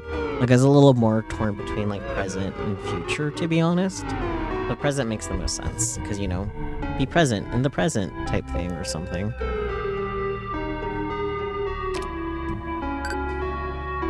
And the Jack of Diamonds. Up until now, you've stuck with your old ways. Believing that there was no choice but to play your role, stick to the plan and follow the old rules for the rest of your life. But now you find that stifling. It's holding you back. The uncertainty scares you, but change is afoot. I am scared, and it does feel like I'm about to change into a molten version of myself if Queen Slime gets through this door. Okay, that was enlightening, I guess. Now what? Now raise your arm and repeat after me. Magical boy, Wen Xian, down mode. Down mode? The card in front of me emits a bright light, and a cheerful tune starts playing. Magical boy transformation sequence, let's go! I'm suddenly engulfed by colorful light. It feels like I'm no longer in this world, but in a sparkly faraway galaxy. Oh my. His blushing face. This only lasts a few moments, and I'm right back at the office trying to stop the Queen Slime from unleashing destruction. Not everything is the same, though. I'm not sure what I was wearing before, but surely it was not these short shorts, thigh-high socks, and goofy hat. Crash. Okay, priorities. Queen Slime broke in. Wow. Luna and I step away from the enormous pile of goot that moves faster than one would expect. Queen Slime gives chase, and I'm forced to run through the rows of desks. Luna, watch out. Watch out yourself. Queen Slime mercilessly shoots acid in my direction, and I dodge it by less than a centimeter. Use your power. How am I supposed to do that? She won't stop attacking. Also, what power? I keep running and dodging as best as I can, but the office isn't that big, and I'm soon cornered by the queen. This is it, I guess. Backed up against the wall, all I can do is close my eyes, not myself. Imagine. Close my eyes as I feel the deadly goop drawing closer and closer. Slosh.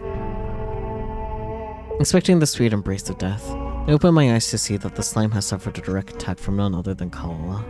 Oh. Boyfriend. Probably. I don't know what's I don't know what's more impressive, how he paralyzed the enemy, or the fact that he did it while dressed quite extravagantly. Kawa. Come on, man. I won't be able to hold it back for much longer. He seems to be struggling to use his own magical power to keep the Queen Slime in place. Now, Wen, attack. Attack? What attack? Quick, Wen, quick! Fine. Diamond Dust! Of course, the one attack that comes to mind is straight out of Warriors of the Horoscope. Once again, I'm balancing myself on one leg and waving my arms about, in front of Kawa. Except this time, as crystals are actually forming and flying toward the immobilized monster. I keep at it for a little while, until I'm losing balance and the Queen Slime seems to be safely frozen in place. Did it work? For now, yes. Nice one, Wen. I knew we could do it together. And he once again extends a friendly fist my way. Jeez, if you hadn't shown up, I'd extend my hand to complete the fist bump, but I can't help but notice the silky glove I'm wearing. I can feel the blood rushing to my face, despite Kawa being similarly dressed, not seeming to give it a second thought. Luna, how do I change back to normal? Meow. This outfit, I need a change. Where do my regular clothes go? This is your armor. Kawa is also dressed for battle. And he doesn't seem to mind it.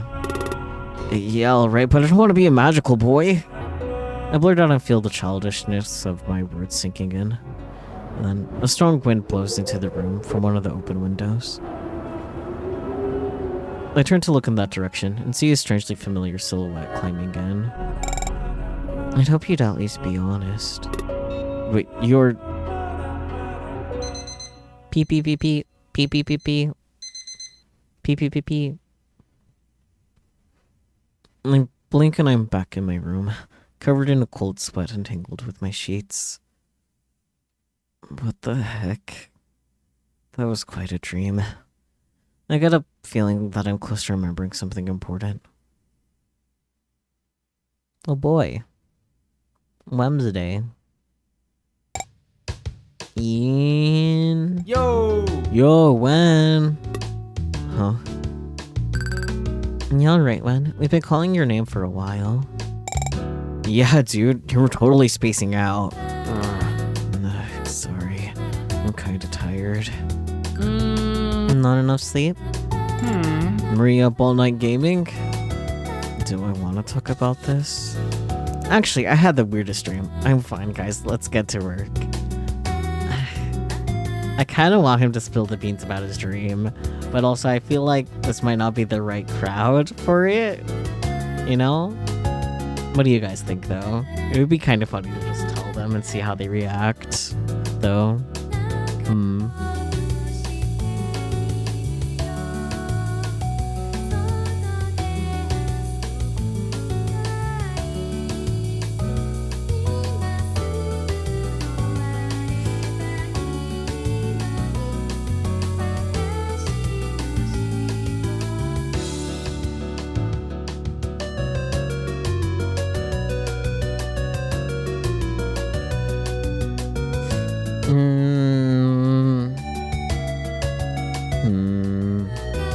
It would be really funny to just tell them.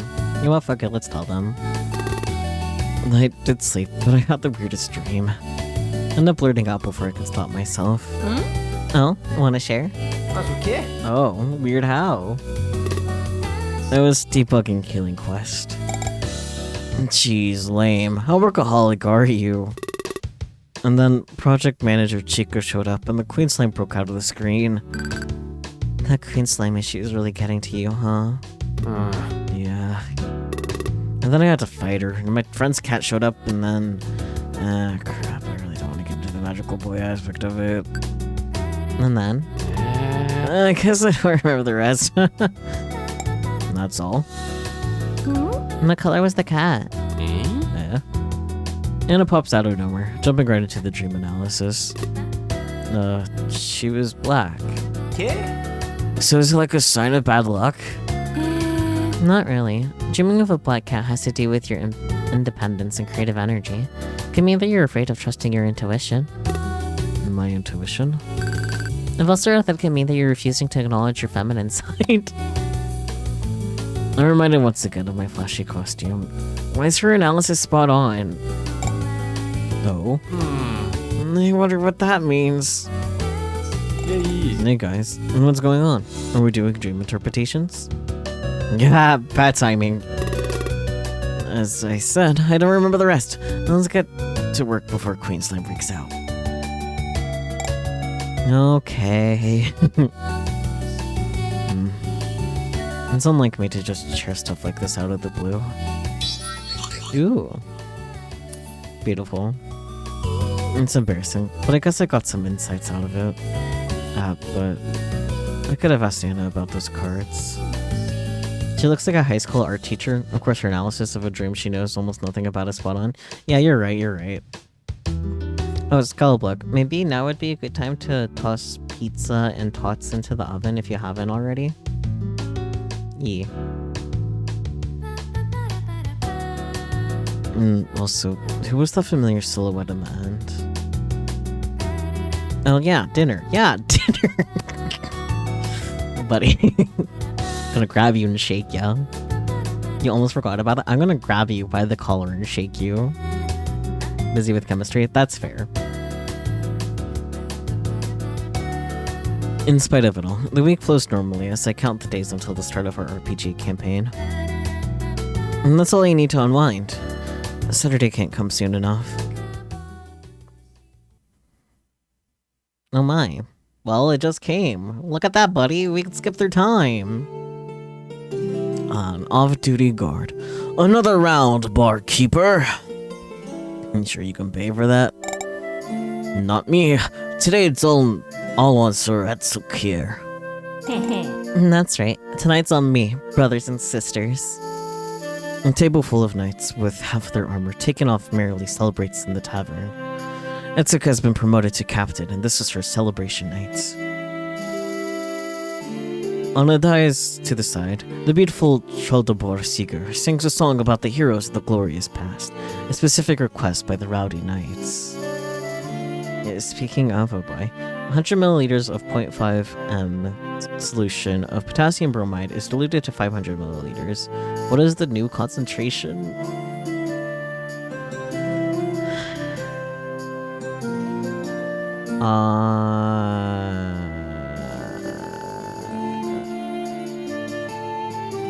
I mean, you're adding 400 more milliliters of water to dilute it, so...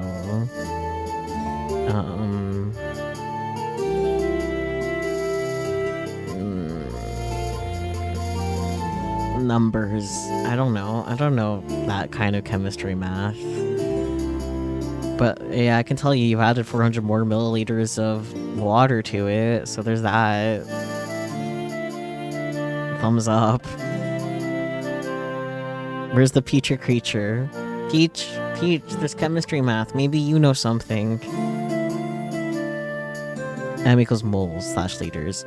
Ah, okay. So, 100 milliliters of a 0.5 mole per liter. I see. Well... I guess that would make it easier if you know that you just have to add 400 milliliters of water to dilute it to 500 milliliters. Because you already have 100 milliliters of it.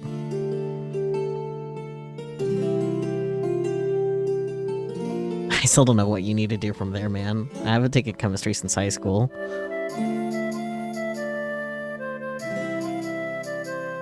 As for me, I couldn't be happier with all the noise they were making.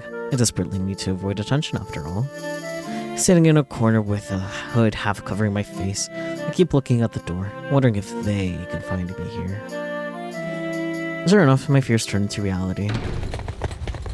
Half a dozen mercenaries burst into the tavern, blades and hatchets in hand. Is Wei Xiong here? Show yourself. As per the cliche, silence quickly spreads through the tavern as everyone stops to look at the newcomers. I guess they found me at last. Oi, I don't want any trouble here. Take your brawling elsewhere. One of the mercenaries raises his dagger and starts walking towards the counter. You shut your... But is forced to a halt by the imposing figure of Itsuk, who rises from her chair to block his path. Is there a problem here? Damn, I didn't expect to find knights here. Look, Lady Knight, our business is with Wei Xiong. Our boss has some unfinished business with him. And that goes both ways, but I'd rather not be captured here. Alright. The Knight Captain motions around the place waiting for a response. Obviously, I keep quiet. Well, it seems no one named Wei Xiong is here today. Sorry, pal. I wouldn't be so sure. Our intel was pretty confident on this spot. I'll tell you guys if I see any Wei Xiong, alright? You should leave and let my customers enjoy themselves after their very tiring day. That's it. The impetuous mercenary tries to find a way around Etsuk so he can shut the barkeeper up for good. Can I try to stop him? Of course. Make an athletics check. Alright, let's see. 17, nice. Etsuk raises a firm hand and holds the mercenary in place. The man hisses at her and prepares his dagger. Then I guess I'll just have to get rid of you first. Congratulations. Let's go. Your interference hasn't angered the mercenaries enough. Roll for initiative. And the sound of dice hitting wood fills the room, followed by quick notes and verbal confirmations. Inside the tavern, the clatter of dice translates into the clank of metal on metal as Etsuk's squad confronts the mercenaries. One of the mercenaries throws a knife at one of the knights, who dodges it. Instead, the knife flies towards Sigurd on the dice. He gracefully moves aside and the blade sticks into the wall behind him. How unpleasant. These ruffians come in here and wreck my performance. Let me show you not to cross the board. As he joins the fray, all the other customers flee the tavern to the barkeeper's dismay. Oh boy. I stand up so as to leave, but let's just wait and see what happens. Kind of funny. If I wait for the right moment, I can put an end to this more easily, or I can't let my good knights bleed for my sake.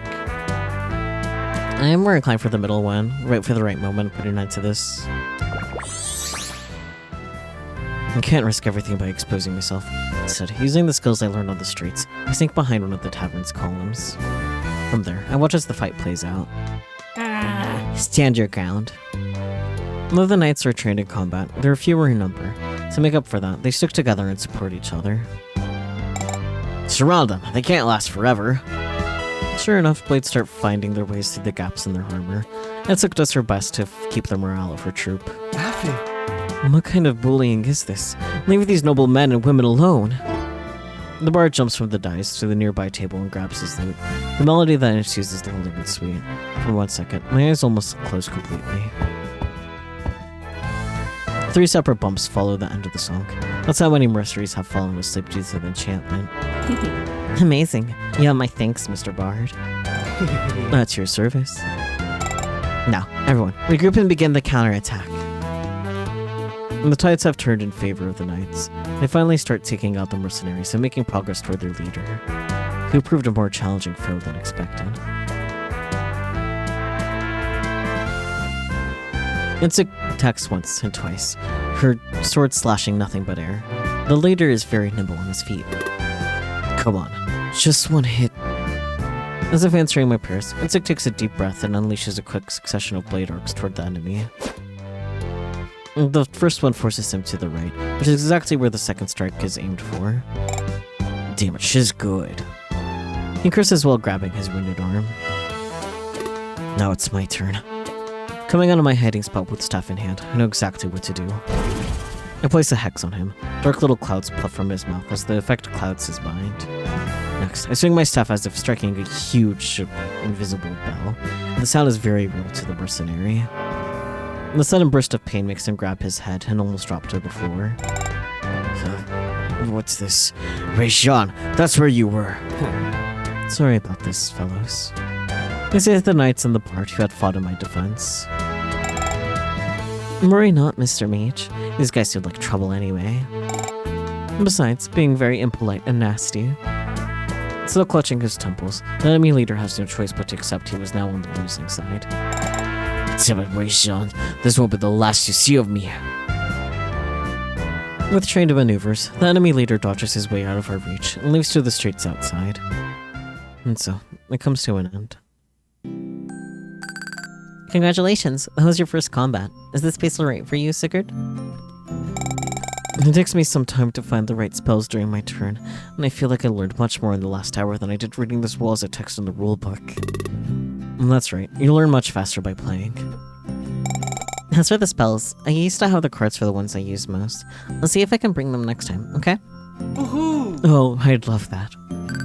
Okay, enough chatting. Back to the story. Yes, sir.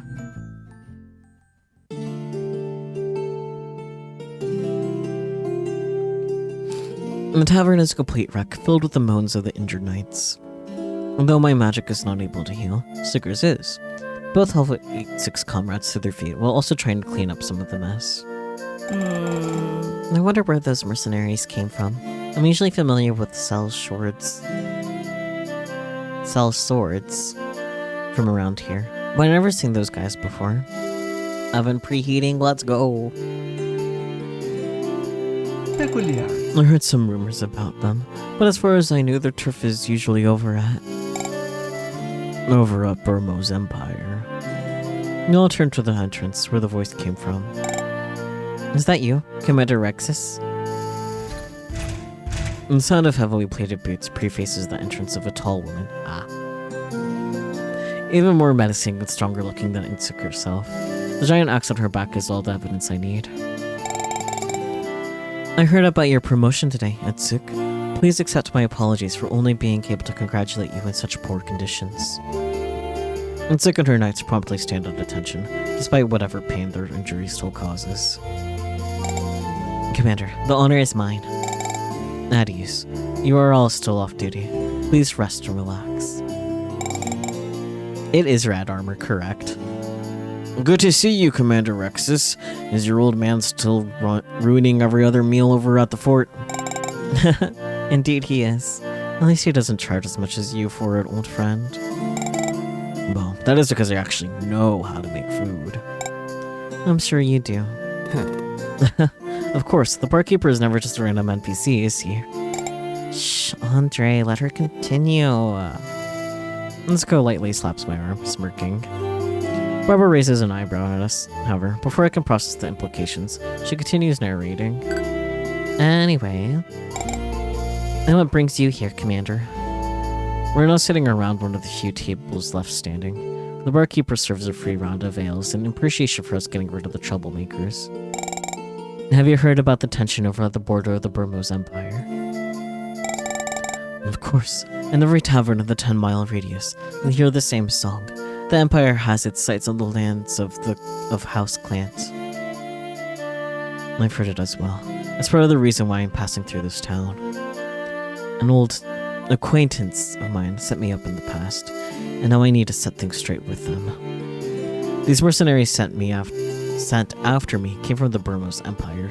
That confirms the information I have that this acquaintance is there. It also confirms that they haven't forgotten about me. Good. The commander takes a scroll out of her belongings and spreads it over the table.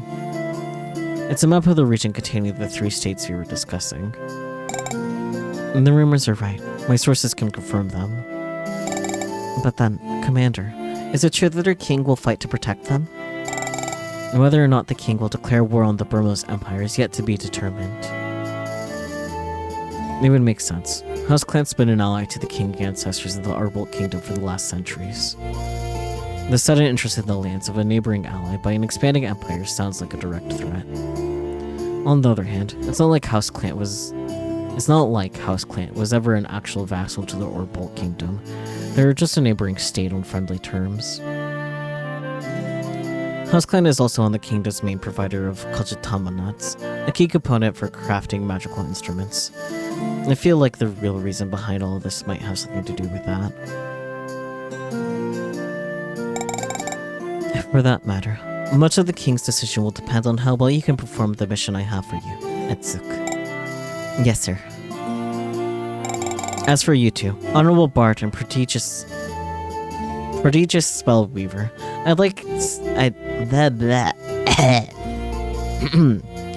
I'd see to it that you were handsomely compensated for helping us out. Oh, My, you got my attention, dear. As for me, this mission sounds very convenient. I owe them for helping protect me as long as I can find what I want. I won't say no to a fair payment. I owe them for helping protect me. I don't need any payment. In fact, I'm in debt with these two. I'll gladly help in any way I can. Yippee! Hurts. It's just like that saying. Friends who slay together, stay together. Commander Rexus then details where we should go and what we should do. In short, she has the contact inside the Burmose Empire, who might have the intel the king needs to make his final decision. Our mission is to find them and bring the intel to the commander, here in the Arbolt Kingdom capital. Nice and simple, just the way I like it. If only things went as planned, of course. The Castles and Champions session goes on for a little longer as we roleplay our stay for the night, in preparation for the journey. Barbara decides to call it a day as we take our first step towards the Burmose Empire, 3 days later. Yippee. Monday. Another week begins. It's only Monday, and I'm already excited about the next RPG session. I wish I could just jump through solving bugs and completing tasks from the unending backlog this week. If only life had a skip button. Just as I'm thinking about Castles and Champions, I hear my phone's message ringtone. I see the message preview on the screen, and it's from our RPG Tables chat. Hey guys, Zero Absolute is playing next Friday. The show will be at Mitsuki Fish Shop, 8 o'clock. Sarah and I will be very happy if you can come see us. Each and every soul will add to the blazing flame of our glory. Power metal concert? I've never been to one. Part of me feels like going, the other part is feeling a little lazy and intimidated. It's kind of out of my comfort zone. No, that sounds super fun. I'll check my schedule, but I'm pretty sure I can go. I probably can go by myself, but if Barbara's going...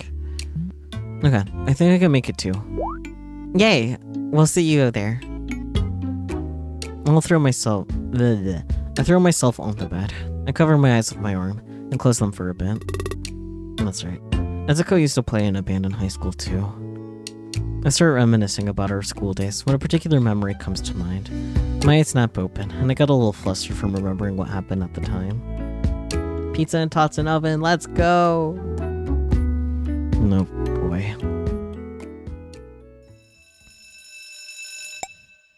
Hey, Len. Whoopsis. Let me copy your mouth notes. No way. You should have paid attention in class. Oh my god, stop being such a nerd. She says as she proceeds to swiftly snatch my notebook from the desk. huh? Hey, give that back.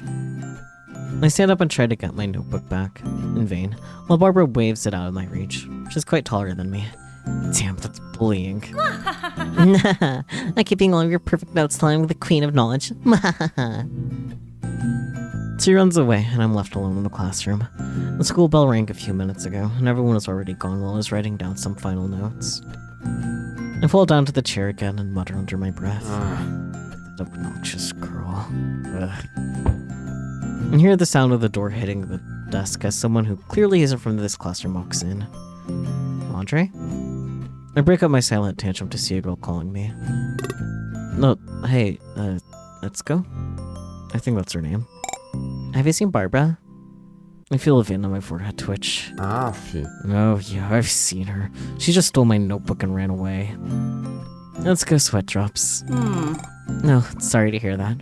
I wanted to invite her to come see me at the school's talent show later, after lunch. She looks down for a moment, seeming disappointed. If you see her, can you pass on the message, please? I'll try to remember that, if I'm not too pissed off to even look at her face. Okay. An awkward silence fills the room. Hey, you can come too if you want. I'm playing the drums on my friend's band later today. Wait, what? Did she just invite me to a random show or something? I blink out a little at her invitation. Yeah, sure. The words come out of my mouth before you can even realize what they mean. Really? Cool, thanks. I can almost see sparkles coming from her eyes. She sounds like I'm the only person who's agreed to go see her in the whole school. Aw. Great, now I can't even back out of this. After a couple of hours studying, I drop by the cafeteria and order a soda and sandwich to keep me company. Since it's a bit loud to study there, I'll bring my snacks back to the classroom. I've never been to a talent show. This kind of event scares me. I fear the people on stage are going to fail so miserably that I'll feel like burying my head in the ground out of sheer cringe. But it's too late. The Etsuko girls seem to be really counting on me. But wait, what time is this show supposed to be again? I look at my watch and then glance outside of at the hallway, searching for any external movement. To my demise, no one walks by. Then I remember. Oh, right. They had those posters about the talent show stuck all over the school. There should be one around here somewhere. I dart my eyes all over the walls until they finally locate the nearest poster. According to it, I'm 40 minutes late. Shit. Almost spilling my drink, I stuff my textbooks back into my bag, grab my sandwich with my mouth, and dash towards the school's auditorium. Half a dozen bumps into passers-by later, fully accompanied by complaints and cursing, I managed to arrive at the auditorium. To my surprise, the place is packed, enough to make it hard to find any empty seats in the front rows. While I try to find a place to sit, I wonder if Etsuko's band has already played. However, as soon as I catch a glimpse of vibrant pink hair in the corner of my eye, I forget about all that. My rage returns. Barbara, there you are. I strides toward my nemesis, ready to demand my notebook back. I grab her shoulder and turn her around, only to find a slightly sick-looking Etsuko behind her. Since Barbara was trying to comfort her, has she already played? Was it that much of a disaster? Hey, what's the big idea? Can't you see she's not feeling well? Barbara snaps at me. My mouth opens and closes without saying anything. I look more closely at Etsuko and notice she's actually crying a little. I feel at a loss. I cannot mess everything up. I'm sure of it. No, don't worry. You've rehearsed a lot. You'll know what to do. Yeah, but what if I disappoint everyone?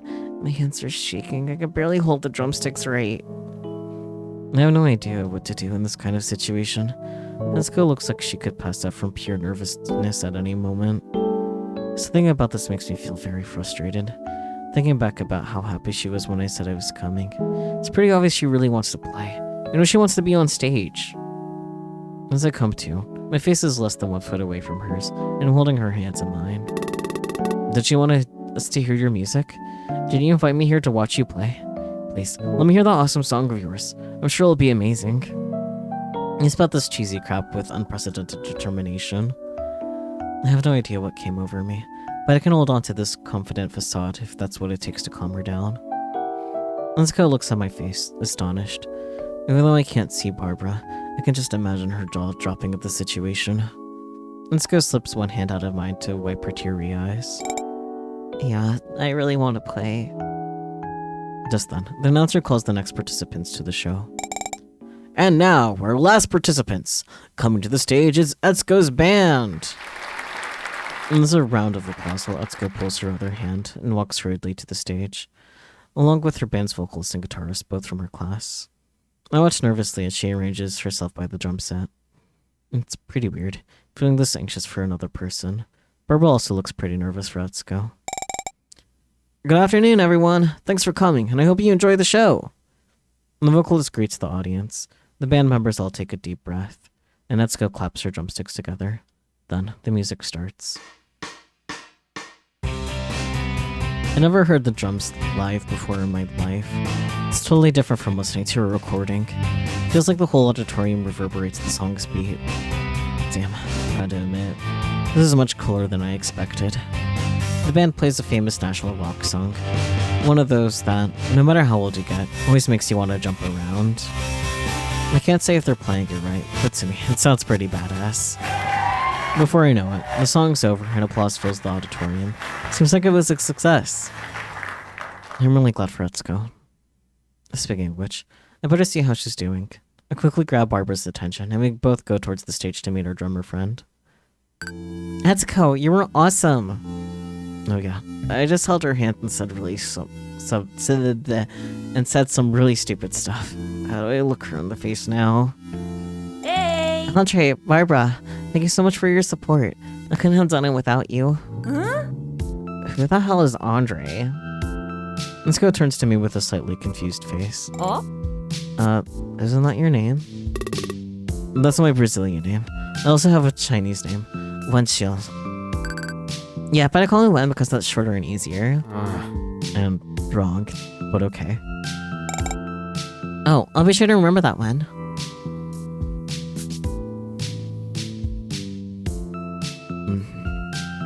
And that's what happened. I feel my cheeks warming up and hide my face behind my hands, even though no one's looking. I sure did a lot of cringy teenage shit back then. The book of my dark history never ceases to amaze me. Meow. How much more is there left of this?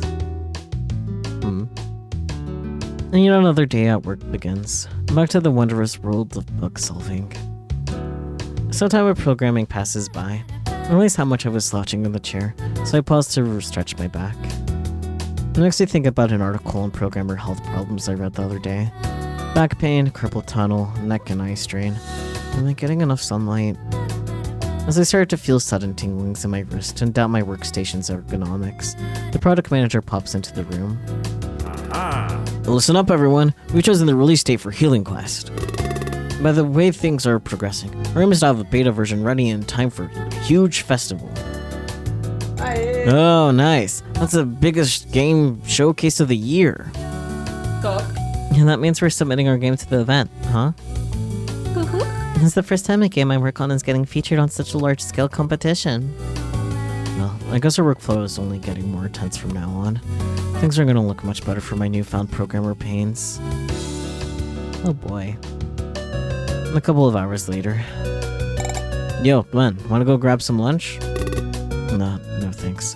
I brought a barbita from home, which is a packed lunch. Interesting. Wanna join us then? Kava and the other artists, Vito and Anna, are just about to leave for lunch break. They'll have marmitas with them. Sure, why not? Let's go. We head to the office's pantry. It's small and a little shabby, but comfortable at the same time. Bringing lunch from home is good for our pockets. Oh yeah, living off of freelance work has taught us that saving every real is worth it. Oh, Brazilian currency. I see. You said it. Thank God we have a regular job nowadays. It appears being an artist isn't easy. Poor guys. We discuss Healing Quest release for a bit and go on to talk about nerdy video game stuff. As I keep shoving food into my mouth, I hear them chatting about games they played growing up. I used to play a lot of MMORPGs. I can't conceive how I'd spend hours killing thousands of the same monster to get a rare drop item. Yeah, I did that a lot on Femur Online. I'm talking about online games, huh? This could be my opportunity. The other day I found that fan art of Twilight of the Gods while stalking Kala was on my portfolio. Let's throw some bait. Hey, did you guys play Twilight of the Gods? I used to love it. I seemed to have gotten Kalawa's attention, as I sparkle with him much into the game. Oh my god, that used to be one of my favorite games. Remember the Seer Road to the main city? I spent so many hours down there. Should I mention that I've seen Kalawa's fan art of it? Yeah, he'll be happy or not? Aw, I think I'd be happy about it, actually. Actually, I brought it up because I saw your cleric fan art on the internet, Kawa. It looked amazing. Kawa looks surprised for a moment, but then smiles. You saw that old thing? I'm glad you liked it. The cleric is my favorite class to play as. Yay! Kawa points. He seems a little embarrassed, happy to have his art praised. Beto and Anna seem to have played it and are seem to have also played it and are very excited. We start reminiscing about our favorite parts of the game, and the conversation quickly turns into an exchange of, hey, remember this or that thing? It sure was a pretty darn fun game. I'm getting a serious urge to play it again. I wonder if there's still some private servers around. Kawa suddenly slams his hands on the table and stands up in excitement. Let's play it. Everyone seems astonished with Kawa's reaction, but joined in agreement in a matter of seconds. I myself think this sounds awesome. Great idea. I'll search for servers and we can set up a group chat to arrange a time to play together. We spend the rest of the lunch break deciding which class each of us will play as. Oh yes, I see a godly twilight ahead of us. Yeah, it is cute. Wholesome. Thursday. Let me see if I can find where the stopping point is. You.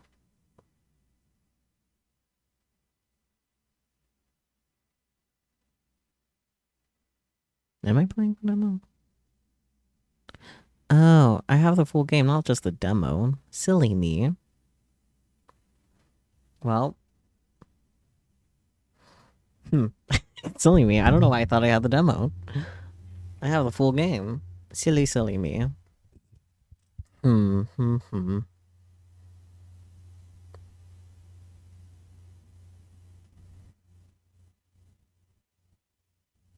I have the demo of the other game I have up, though. Ah, I see. Let me double check how long the demo for that is supposed to be for the next one I have. Because I could probably keep playing this one for a little bit longer. I know I initially planned for this one to be swapped out around this time, but... Let's see, where's the other one?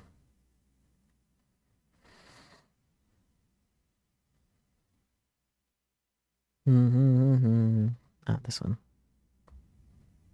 Okay, the demo for the other one takes 2 to 3 hours, so maybe we could pivot to that in like another hour or so. Yeah. Or like maybe get until this Saturday, and then that would be a good stopping point too. But I do have the full game, so we could easily return to this and play some more of it. I totally forgot that I asked for the game key, because they said like, oh, you could do the demo, it takes this long, or like you can ask for the game key. Silly me, I'm for gore. It's early morning and I'm on the way to work. Thanks to yesterday's talk about Twilight of the Gods, I ended up staying up late researching character builds for the game, which made me wake up just late enough to meet the subway completely crammed with people. Oof. It's so crowded. Gotta go fast. It still fascinates me how a few minutes can make such a big difference in the traffic of the city. It doesn't even matter if you're riding a car or the subway. Rush hour is no joke. Here looks good. Yep, so less people in this part of the platform. Finding what seems to be the best line to wait in, there's finally some time to catch my breath. My phone chimes to alert me of new messages. Hey guys. Where the hell do we even find those fancy dice we used last time? Lamau? Yeah, you're not gonna find them in just any shop. You could just order some online, you know? Yeah, but I like to see the products before I buy them. Understandable. Fair enough. In that case, we do know a place, don't we, Barbara? Yep. Oh, I think I know where they're talking about. We used to go there all the time. It's decided then. Let's go to Realm. Oh, what a nice name. I like the place already. Great. Are you guys free this evening then? Huh? What? Today? Please remember your poor friends who have to work. Fine by me. Actually, I'll be in my area since noon. So I'll probably go earlier and wait for you guys there. What about you, Atwin? I've been singled out. Well, if Vetska's gonna be there by herself, this might be a good chance to talk to her. During the RPG session, things seemed fine. Even more than fine. But I can't help but worry about what she thinks of me after all these years. And the problem is, we have an important deadline at work this week. As the lead programmer, it's usually up to me to make sure we finish our tasks in time, which means I spend less time managing the team and more time coding myself. Since I have more experience with our code base, that usually ends up being the fastest way to make ends meet. I can always make up for leaving early today and the rest of the week, but it's already Thursday. Yeah, I guess I'll have to. Well, I don't have even a single diamond or a single spade, so guess we gotta give up on finding out code by herself. That's fine, I guess. Damn it, I don't think I can handle it. I'll be there. Just not so early. Sorry, guys. Hey, don't sweat it. We know you have to work. Still, it's such a shame. Well, at least I'll see them a little. I've gotta look forward to that. I just wonder when another opportunity as good as this will show up. It was only after I finished today's worth of work that I left for the store where we will buy dice. Well, an edgy name for an edgy store. I'm actually unsure about what to call this kind of shop. I guess we could call it a game shop, though that usually refers to console and retail products. In Realm, you can find anything from silly exotic dice to ultra expensive collector's edition board games. The actual bread and butter of the store are card games. And the kind you open packs of random cards and hoard them until you manage to build a deck to play against other players. I tried getting into it, but the sheer amount of money I'd have to spend made me quit real fast. You know what, that's fair. I do like the games themselves and always pay attention when a friend talks about them though. And then, tabletop RPGs ended up much more accessible to me. Isn't that... Claudia! Luen, praise the gods. I finally found one of you. Sigurd, you alright? Now I am. For though the way to the arena of mythic battles is lost to me, fate would not forsake this lone wanderer, and had Sir Wen crossed paths with. You mean you don't know the way to the board game shop? Pizza and tots done, yay, yippee! Also, sir, it is as you say. Are you guys LARPing or something? Huh? Huh? Someone called us from behind. Oh! Imparpa, since when have you been there? Since always, I'm an omnipotent presence. Or an omnipresent existence. My bad. I beg your pardon? Don't mind her. She makes fun of us for allegedly LARPing, which is the one with the middle school syndrome. Said the edgelord magical boy. Why are you people speaking tongues again? Anyway, Ensko should be there already. Let's not make her wait any longer. Before our endless slap comedy acts overstays its welcome, I start walking towards Realm, leading the way. Oh, right. Gah! So you guys are just going to leave without explaining anything? Poor Sigurd. Wait for me. I love him. As I leave and strides towards Realm, Barbara sneaks up to me. So, you missed the incredible opportunity to meet Etsuko alone, did ya? Grr. Why does she have to notice every little thing? But what do you mean? What opportunity? One, hang in there. She gives an encouraging tap on my shoulder. Barbara then allows her pace to match back with Sigurd's. Seems like she's explaining all the lingo we used a few moments ago. I feel like we might taint Sigurd's purity if we keep exposing him to Barbara's nefarious humor. Anyway, I'm just glad she's off my case. Dang, it's been quite a streak of nostalgic moments for me lately. The shelves filled with colorful board game boxes, the soft sounds of cards being shuffled, the distant click-clack of dice hitting a table. This is a place most game geeks would feel at home, as I did in my youth. And that's why gap moe is a fundamental part of... Oh no, she's explaining gap moe to Sigurd. Which, charm that is born from a character showing aside the contrast of their usual demeanor. And there's Etsuko. Baha'u'llah be praised. I regret asking anything at all. Pats him. So things are clearly better left unknown. Oh yeah. Hey everyone. Hey, I'm sorry I couldn't come earlier.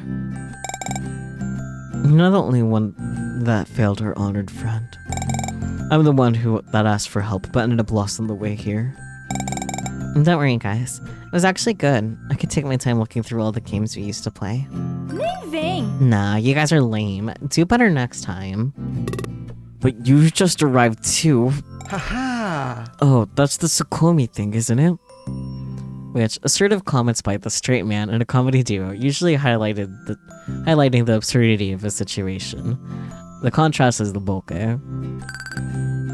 Yep, it's one specialty. You're a fast learner, Sigurd. For some reason. I don't think it's something I should be proud of.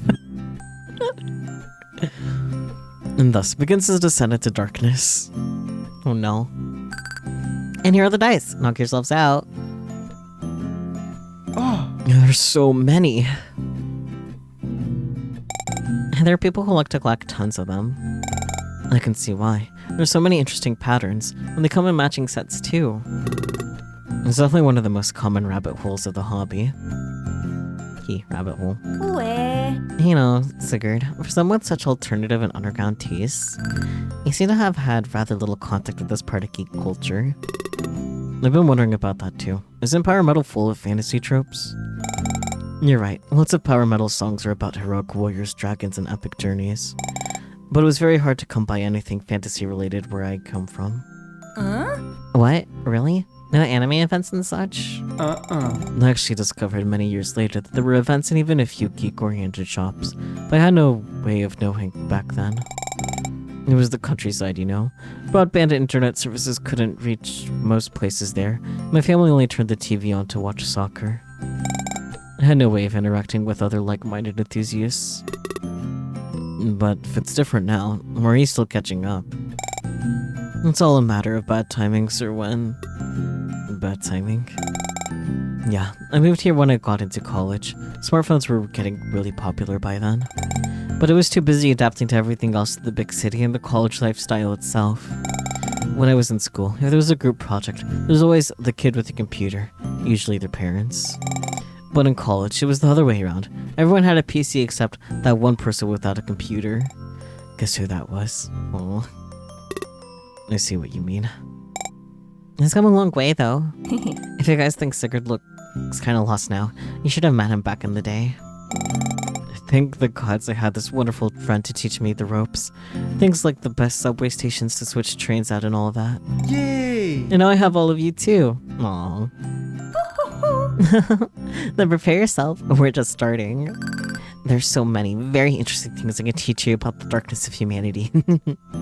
Woohoo! Excellent. For facing the darkness is the legacy my ancestors bestowed upon me. No, it's not that kind of darkness. Barbara, please don't corrupt him just because you're a lost cause yourself. Almost everything at this tour is new to Sigurd, so we spent some time showing him around. We show some of the board games we like, but he has to stifle a small scream when he sees the prices. After explaining that we normally don't buy them, we just play them at shops that lend them, his eyes sparkle once again with fascination. And then, Sigurd buys 2 sets of dice because he can't decide which one he likes best. Real. I could definitely relate. We spent some time looking around the shop, commenting on the board games and other tabletop stationery. At some point, we noticed it's getting late and decided to part ways. I might not have come early enough to see Etsuko alone, but I can't leave without telling her at least this one thing. Right before we leave the store, I see an opportunity to call her aside as the other 2 cross the doors. Yo. Hey, Etsuko. Oh? What's up? Alright, Gwen. You just have to tell her. No time to be a timid kid. So... You know, it's been really good to see each other again. She ever so slightly freezes and widens her eyes, but almost immediately relaxes and gives off a faint smile. Yes, it has. It really has. Look, I know we should probably talk about this properly, and I wasn't the best time. But I thought at least this much should be said. I'm getting awkward feelings really fast here. You know, I learned from work that it's important to express our appreciations out loud. People assume the worst far too easily. I just wish I had the maturity to have talked to you properly when we were young. You're not the only one. And it does make me feel happy to hear how you feel. But I also think we shouldn't be that hard on ourselves. We were just kids after all. For better or worse, both good and bad decisions make up who we are today. And who we are today is what allowed us to be here together again. She looks straight into my eyes as she says all that. I'd forgotten how intense she can be. It makes me feel warm and hear my heart. Yeah, it makes me feel warm and hear my heart pounding loudly. Sure. Yeah, you're right. More importantly, now that we're seeing each other again and have become savvy adults, we can talk about everything we want whenever we want. So feel free to call me anytime. It does feel very empowering. I'll be sure to take you up on that offer. Me too. Just you wait until I flood you with funny stickers. Because that's the privilege of being communicative adults. You got that right. With that, we both leave the store laughing and talking about our favorite chat stickers as of late. Yippee. Goodbye, Friday. Okay, after this day, I think, is when I'll end this game for the night. I'm going to doink some first. It's been a few years since I've been to a concert. I guess you could say I'm not compatible with crowds and super loud music, as you have previously witnessed. I'm not the tallest guy either, so visibility is also an issue. That said, I do get the appeal of seeing your heroes in the flesh, the fleeting sensation of the music that exists only at that moment, being hit directly by the sound waves. I fidget with my phone on the metro platform as I wait for Barbara. Showing up alone at the venue is a little beyond me, even if Atsuko and Sigurd are already there. Before I can get more caught up in my nervousness, a cheery voice calls out. Oh yeah! Raiho! She skips right out of the train, waving her arm. Yo. You're looking like a normie. Didn't you have anything with spikes or leather? Yeah, of course, silly me. Let me get my collar and harness. You're no fun. You at least put on some guy liner. Get on with the times when... What even is that? Never mind. She strides toward the gates of the station. Come on, you're gonna be late. I was the one waiting for her. I take a deep breath and follow Barbara, who seems to know the way even without checking any maps. Guess it's not her first time going to a show there. After a few blocks and turns, Barbara guides me into a dark gallery, at the end of which there's a bright neon sign that says Mitsugi Fish Shop. Here we are. She goes through the motions casually, greeting the girl at the reception like an old friend, and I silently follow suit. As the name implies, the space really does function as a fish market most of the time.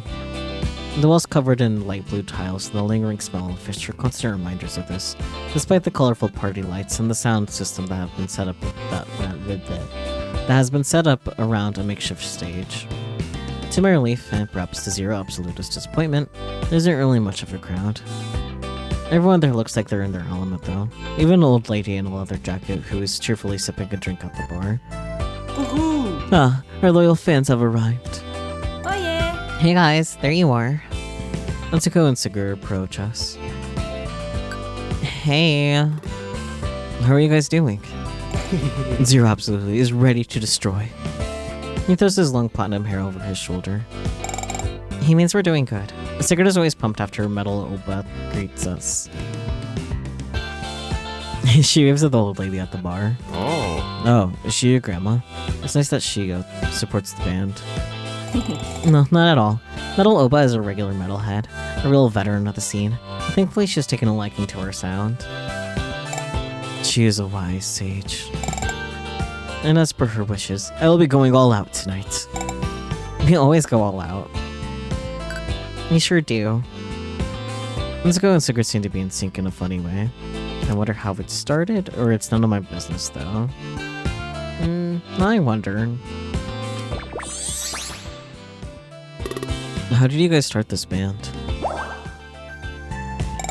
And while studying the ancient tongue, we found some common ground. We were in the same Latin class.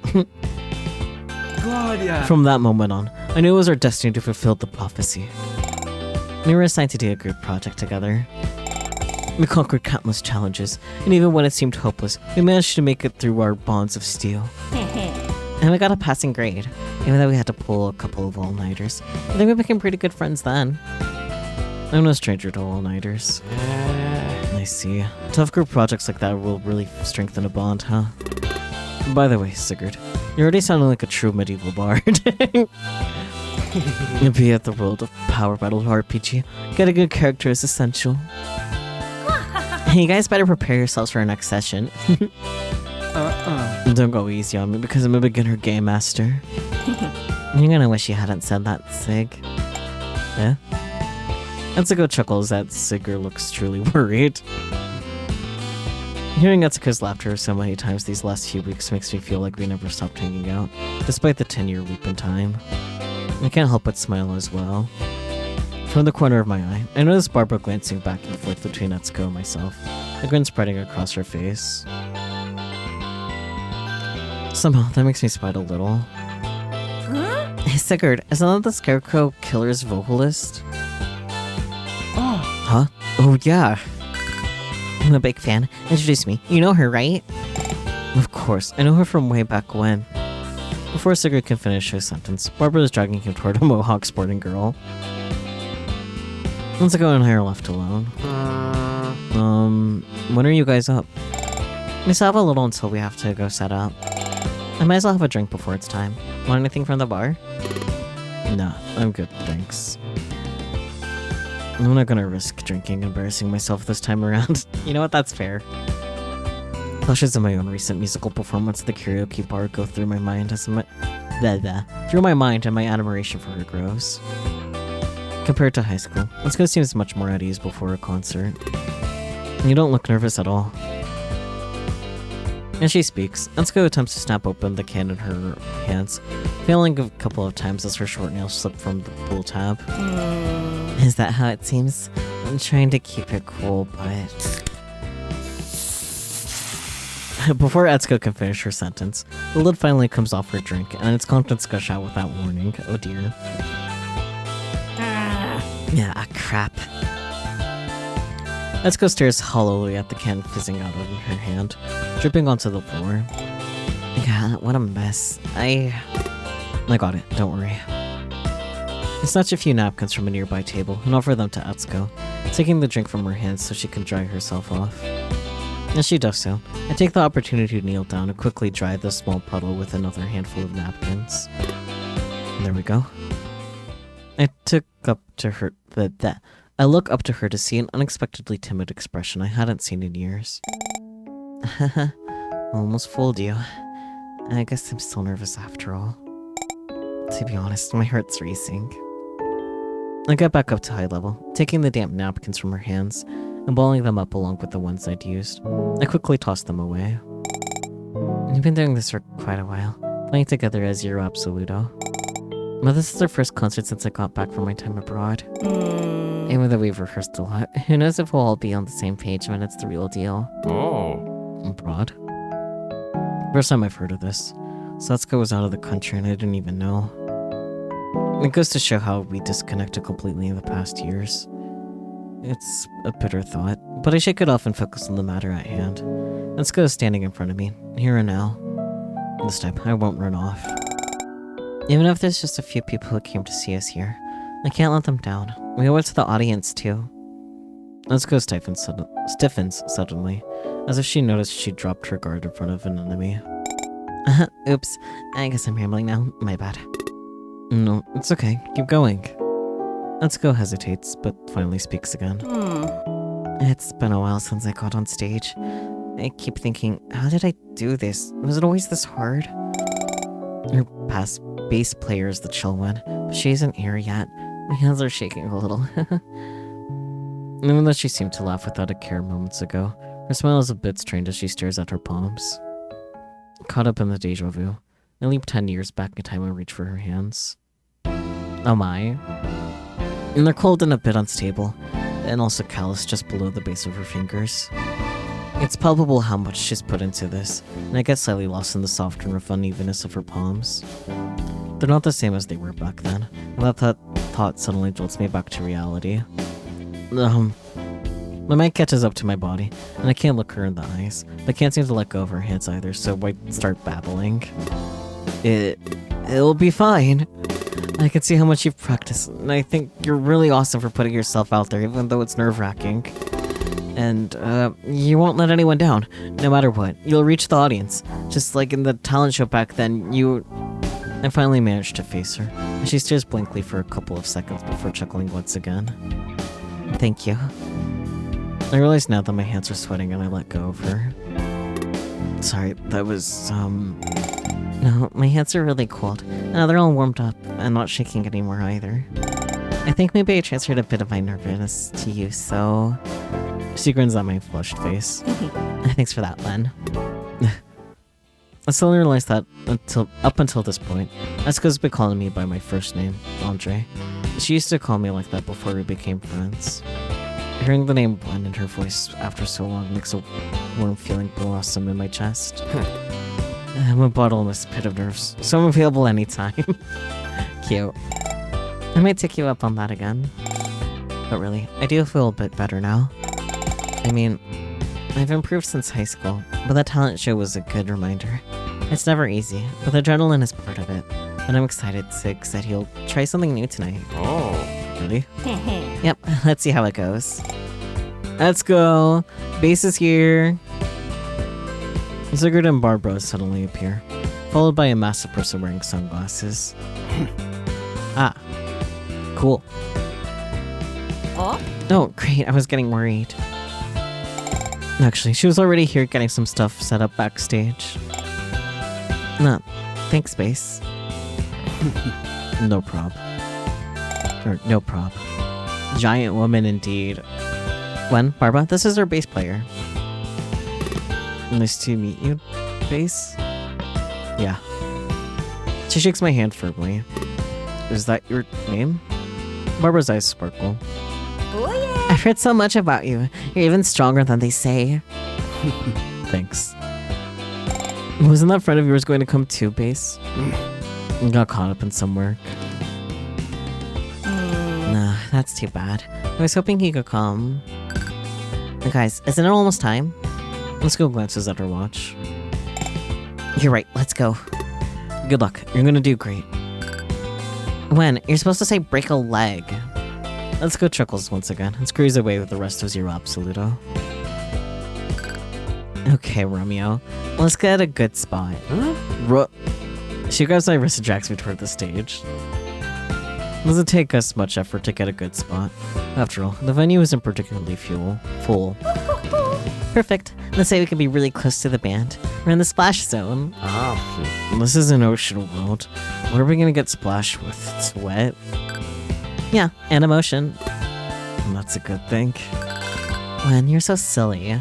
Guess you'd rather be at the base of a tower just admiring your beloved from afar. Huh? What? The microphone interference squeaks through the venue, making everyone flinch. Cheguei! Brave warriors who have made your way here tonight, the battle begins now. I hope you brought your jackets because we're Zero Absoluto. Yeah, audience noises. I got the joke, but it's actually kind of warm in here now.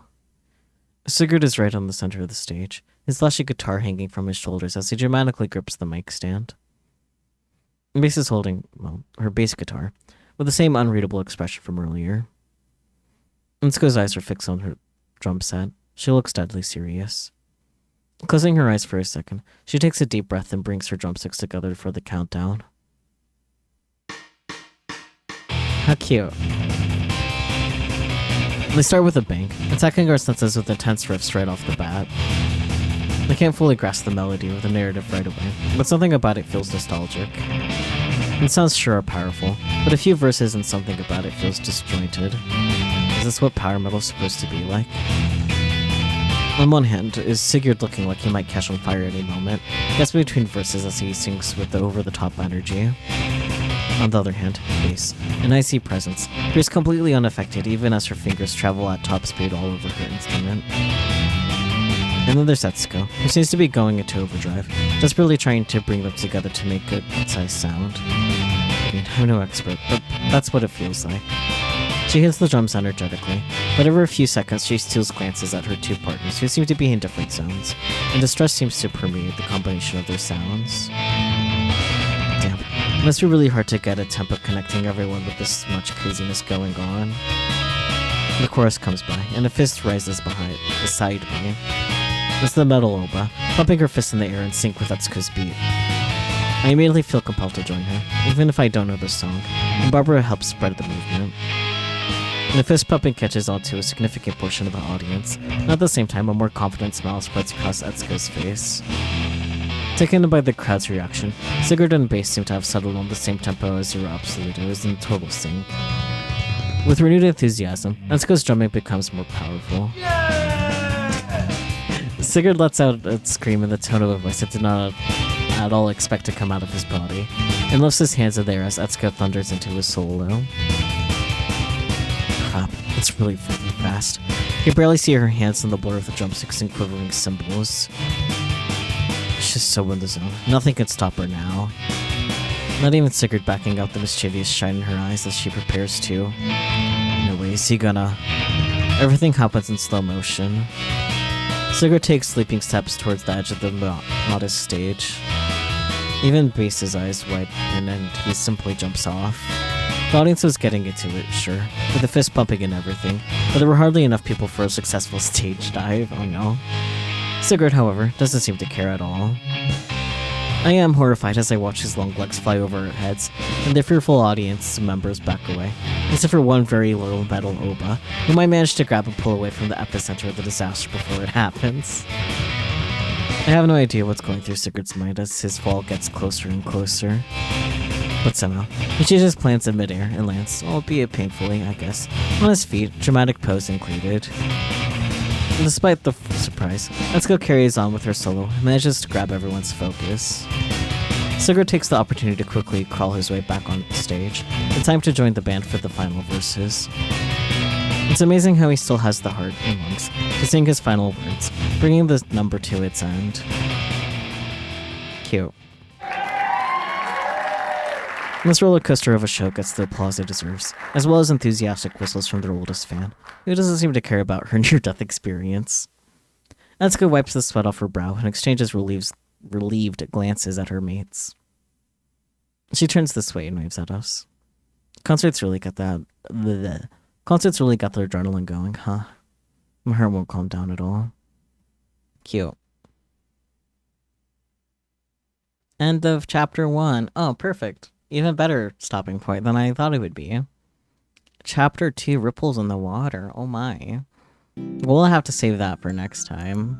Whatever next time ends up being for Pivot of Hearts. Oh, there's an autosave. Cool. Autosaves. Nice.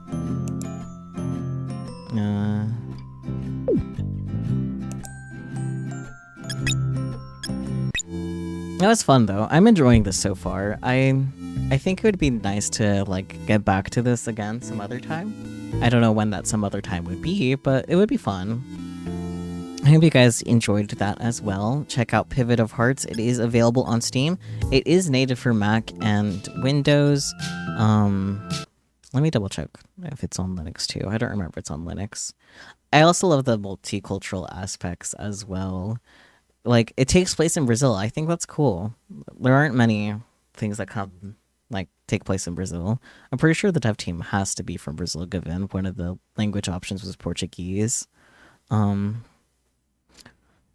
doesn't seem to be native for Linux as well, but it does have a little Steam Deck thing, so it probably runs well with Proton and stuff.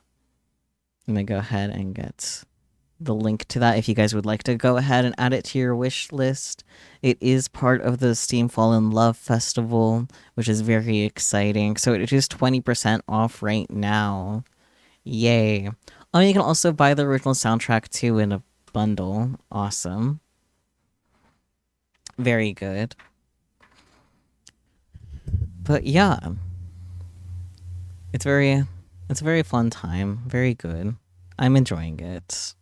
Thank you once again to the devs for reaching out to me to check out their game. This is a good time. I should have started this with that, but the little small synopsis they gave me is there's a subverted non-monogamous love triangle including bisexual routes and a diverse cast. We love diversity. It's very good. The demo is also free to play if you guys would like to play that, but I do believe since we played the full first chapter, that we have done more than what the demo covers as well. So, yeah. It would be fun to return to that some other time, though. I'm not entirely sure when, but sometime. It would be fun. Non-monogamy even? Yeah, even better. Isn't that great? We can have 2 partners. Very good. But yeah, I will go ahead and stop recording for this.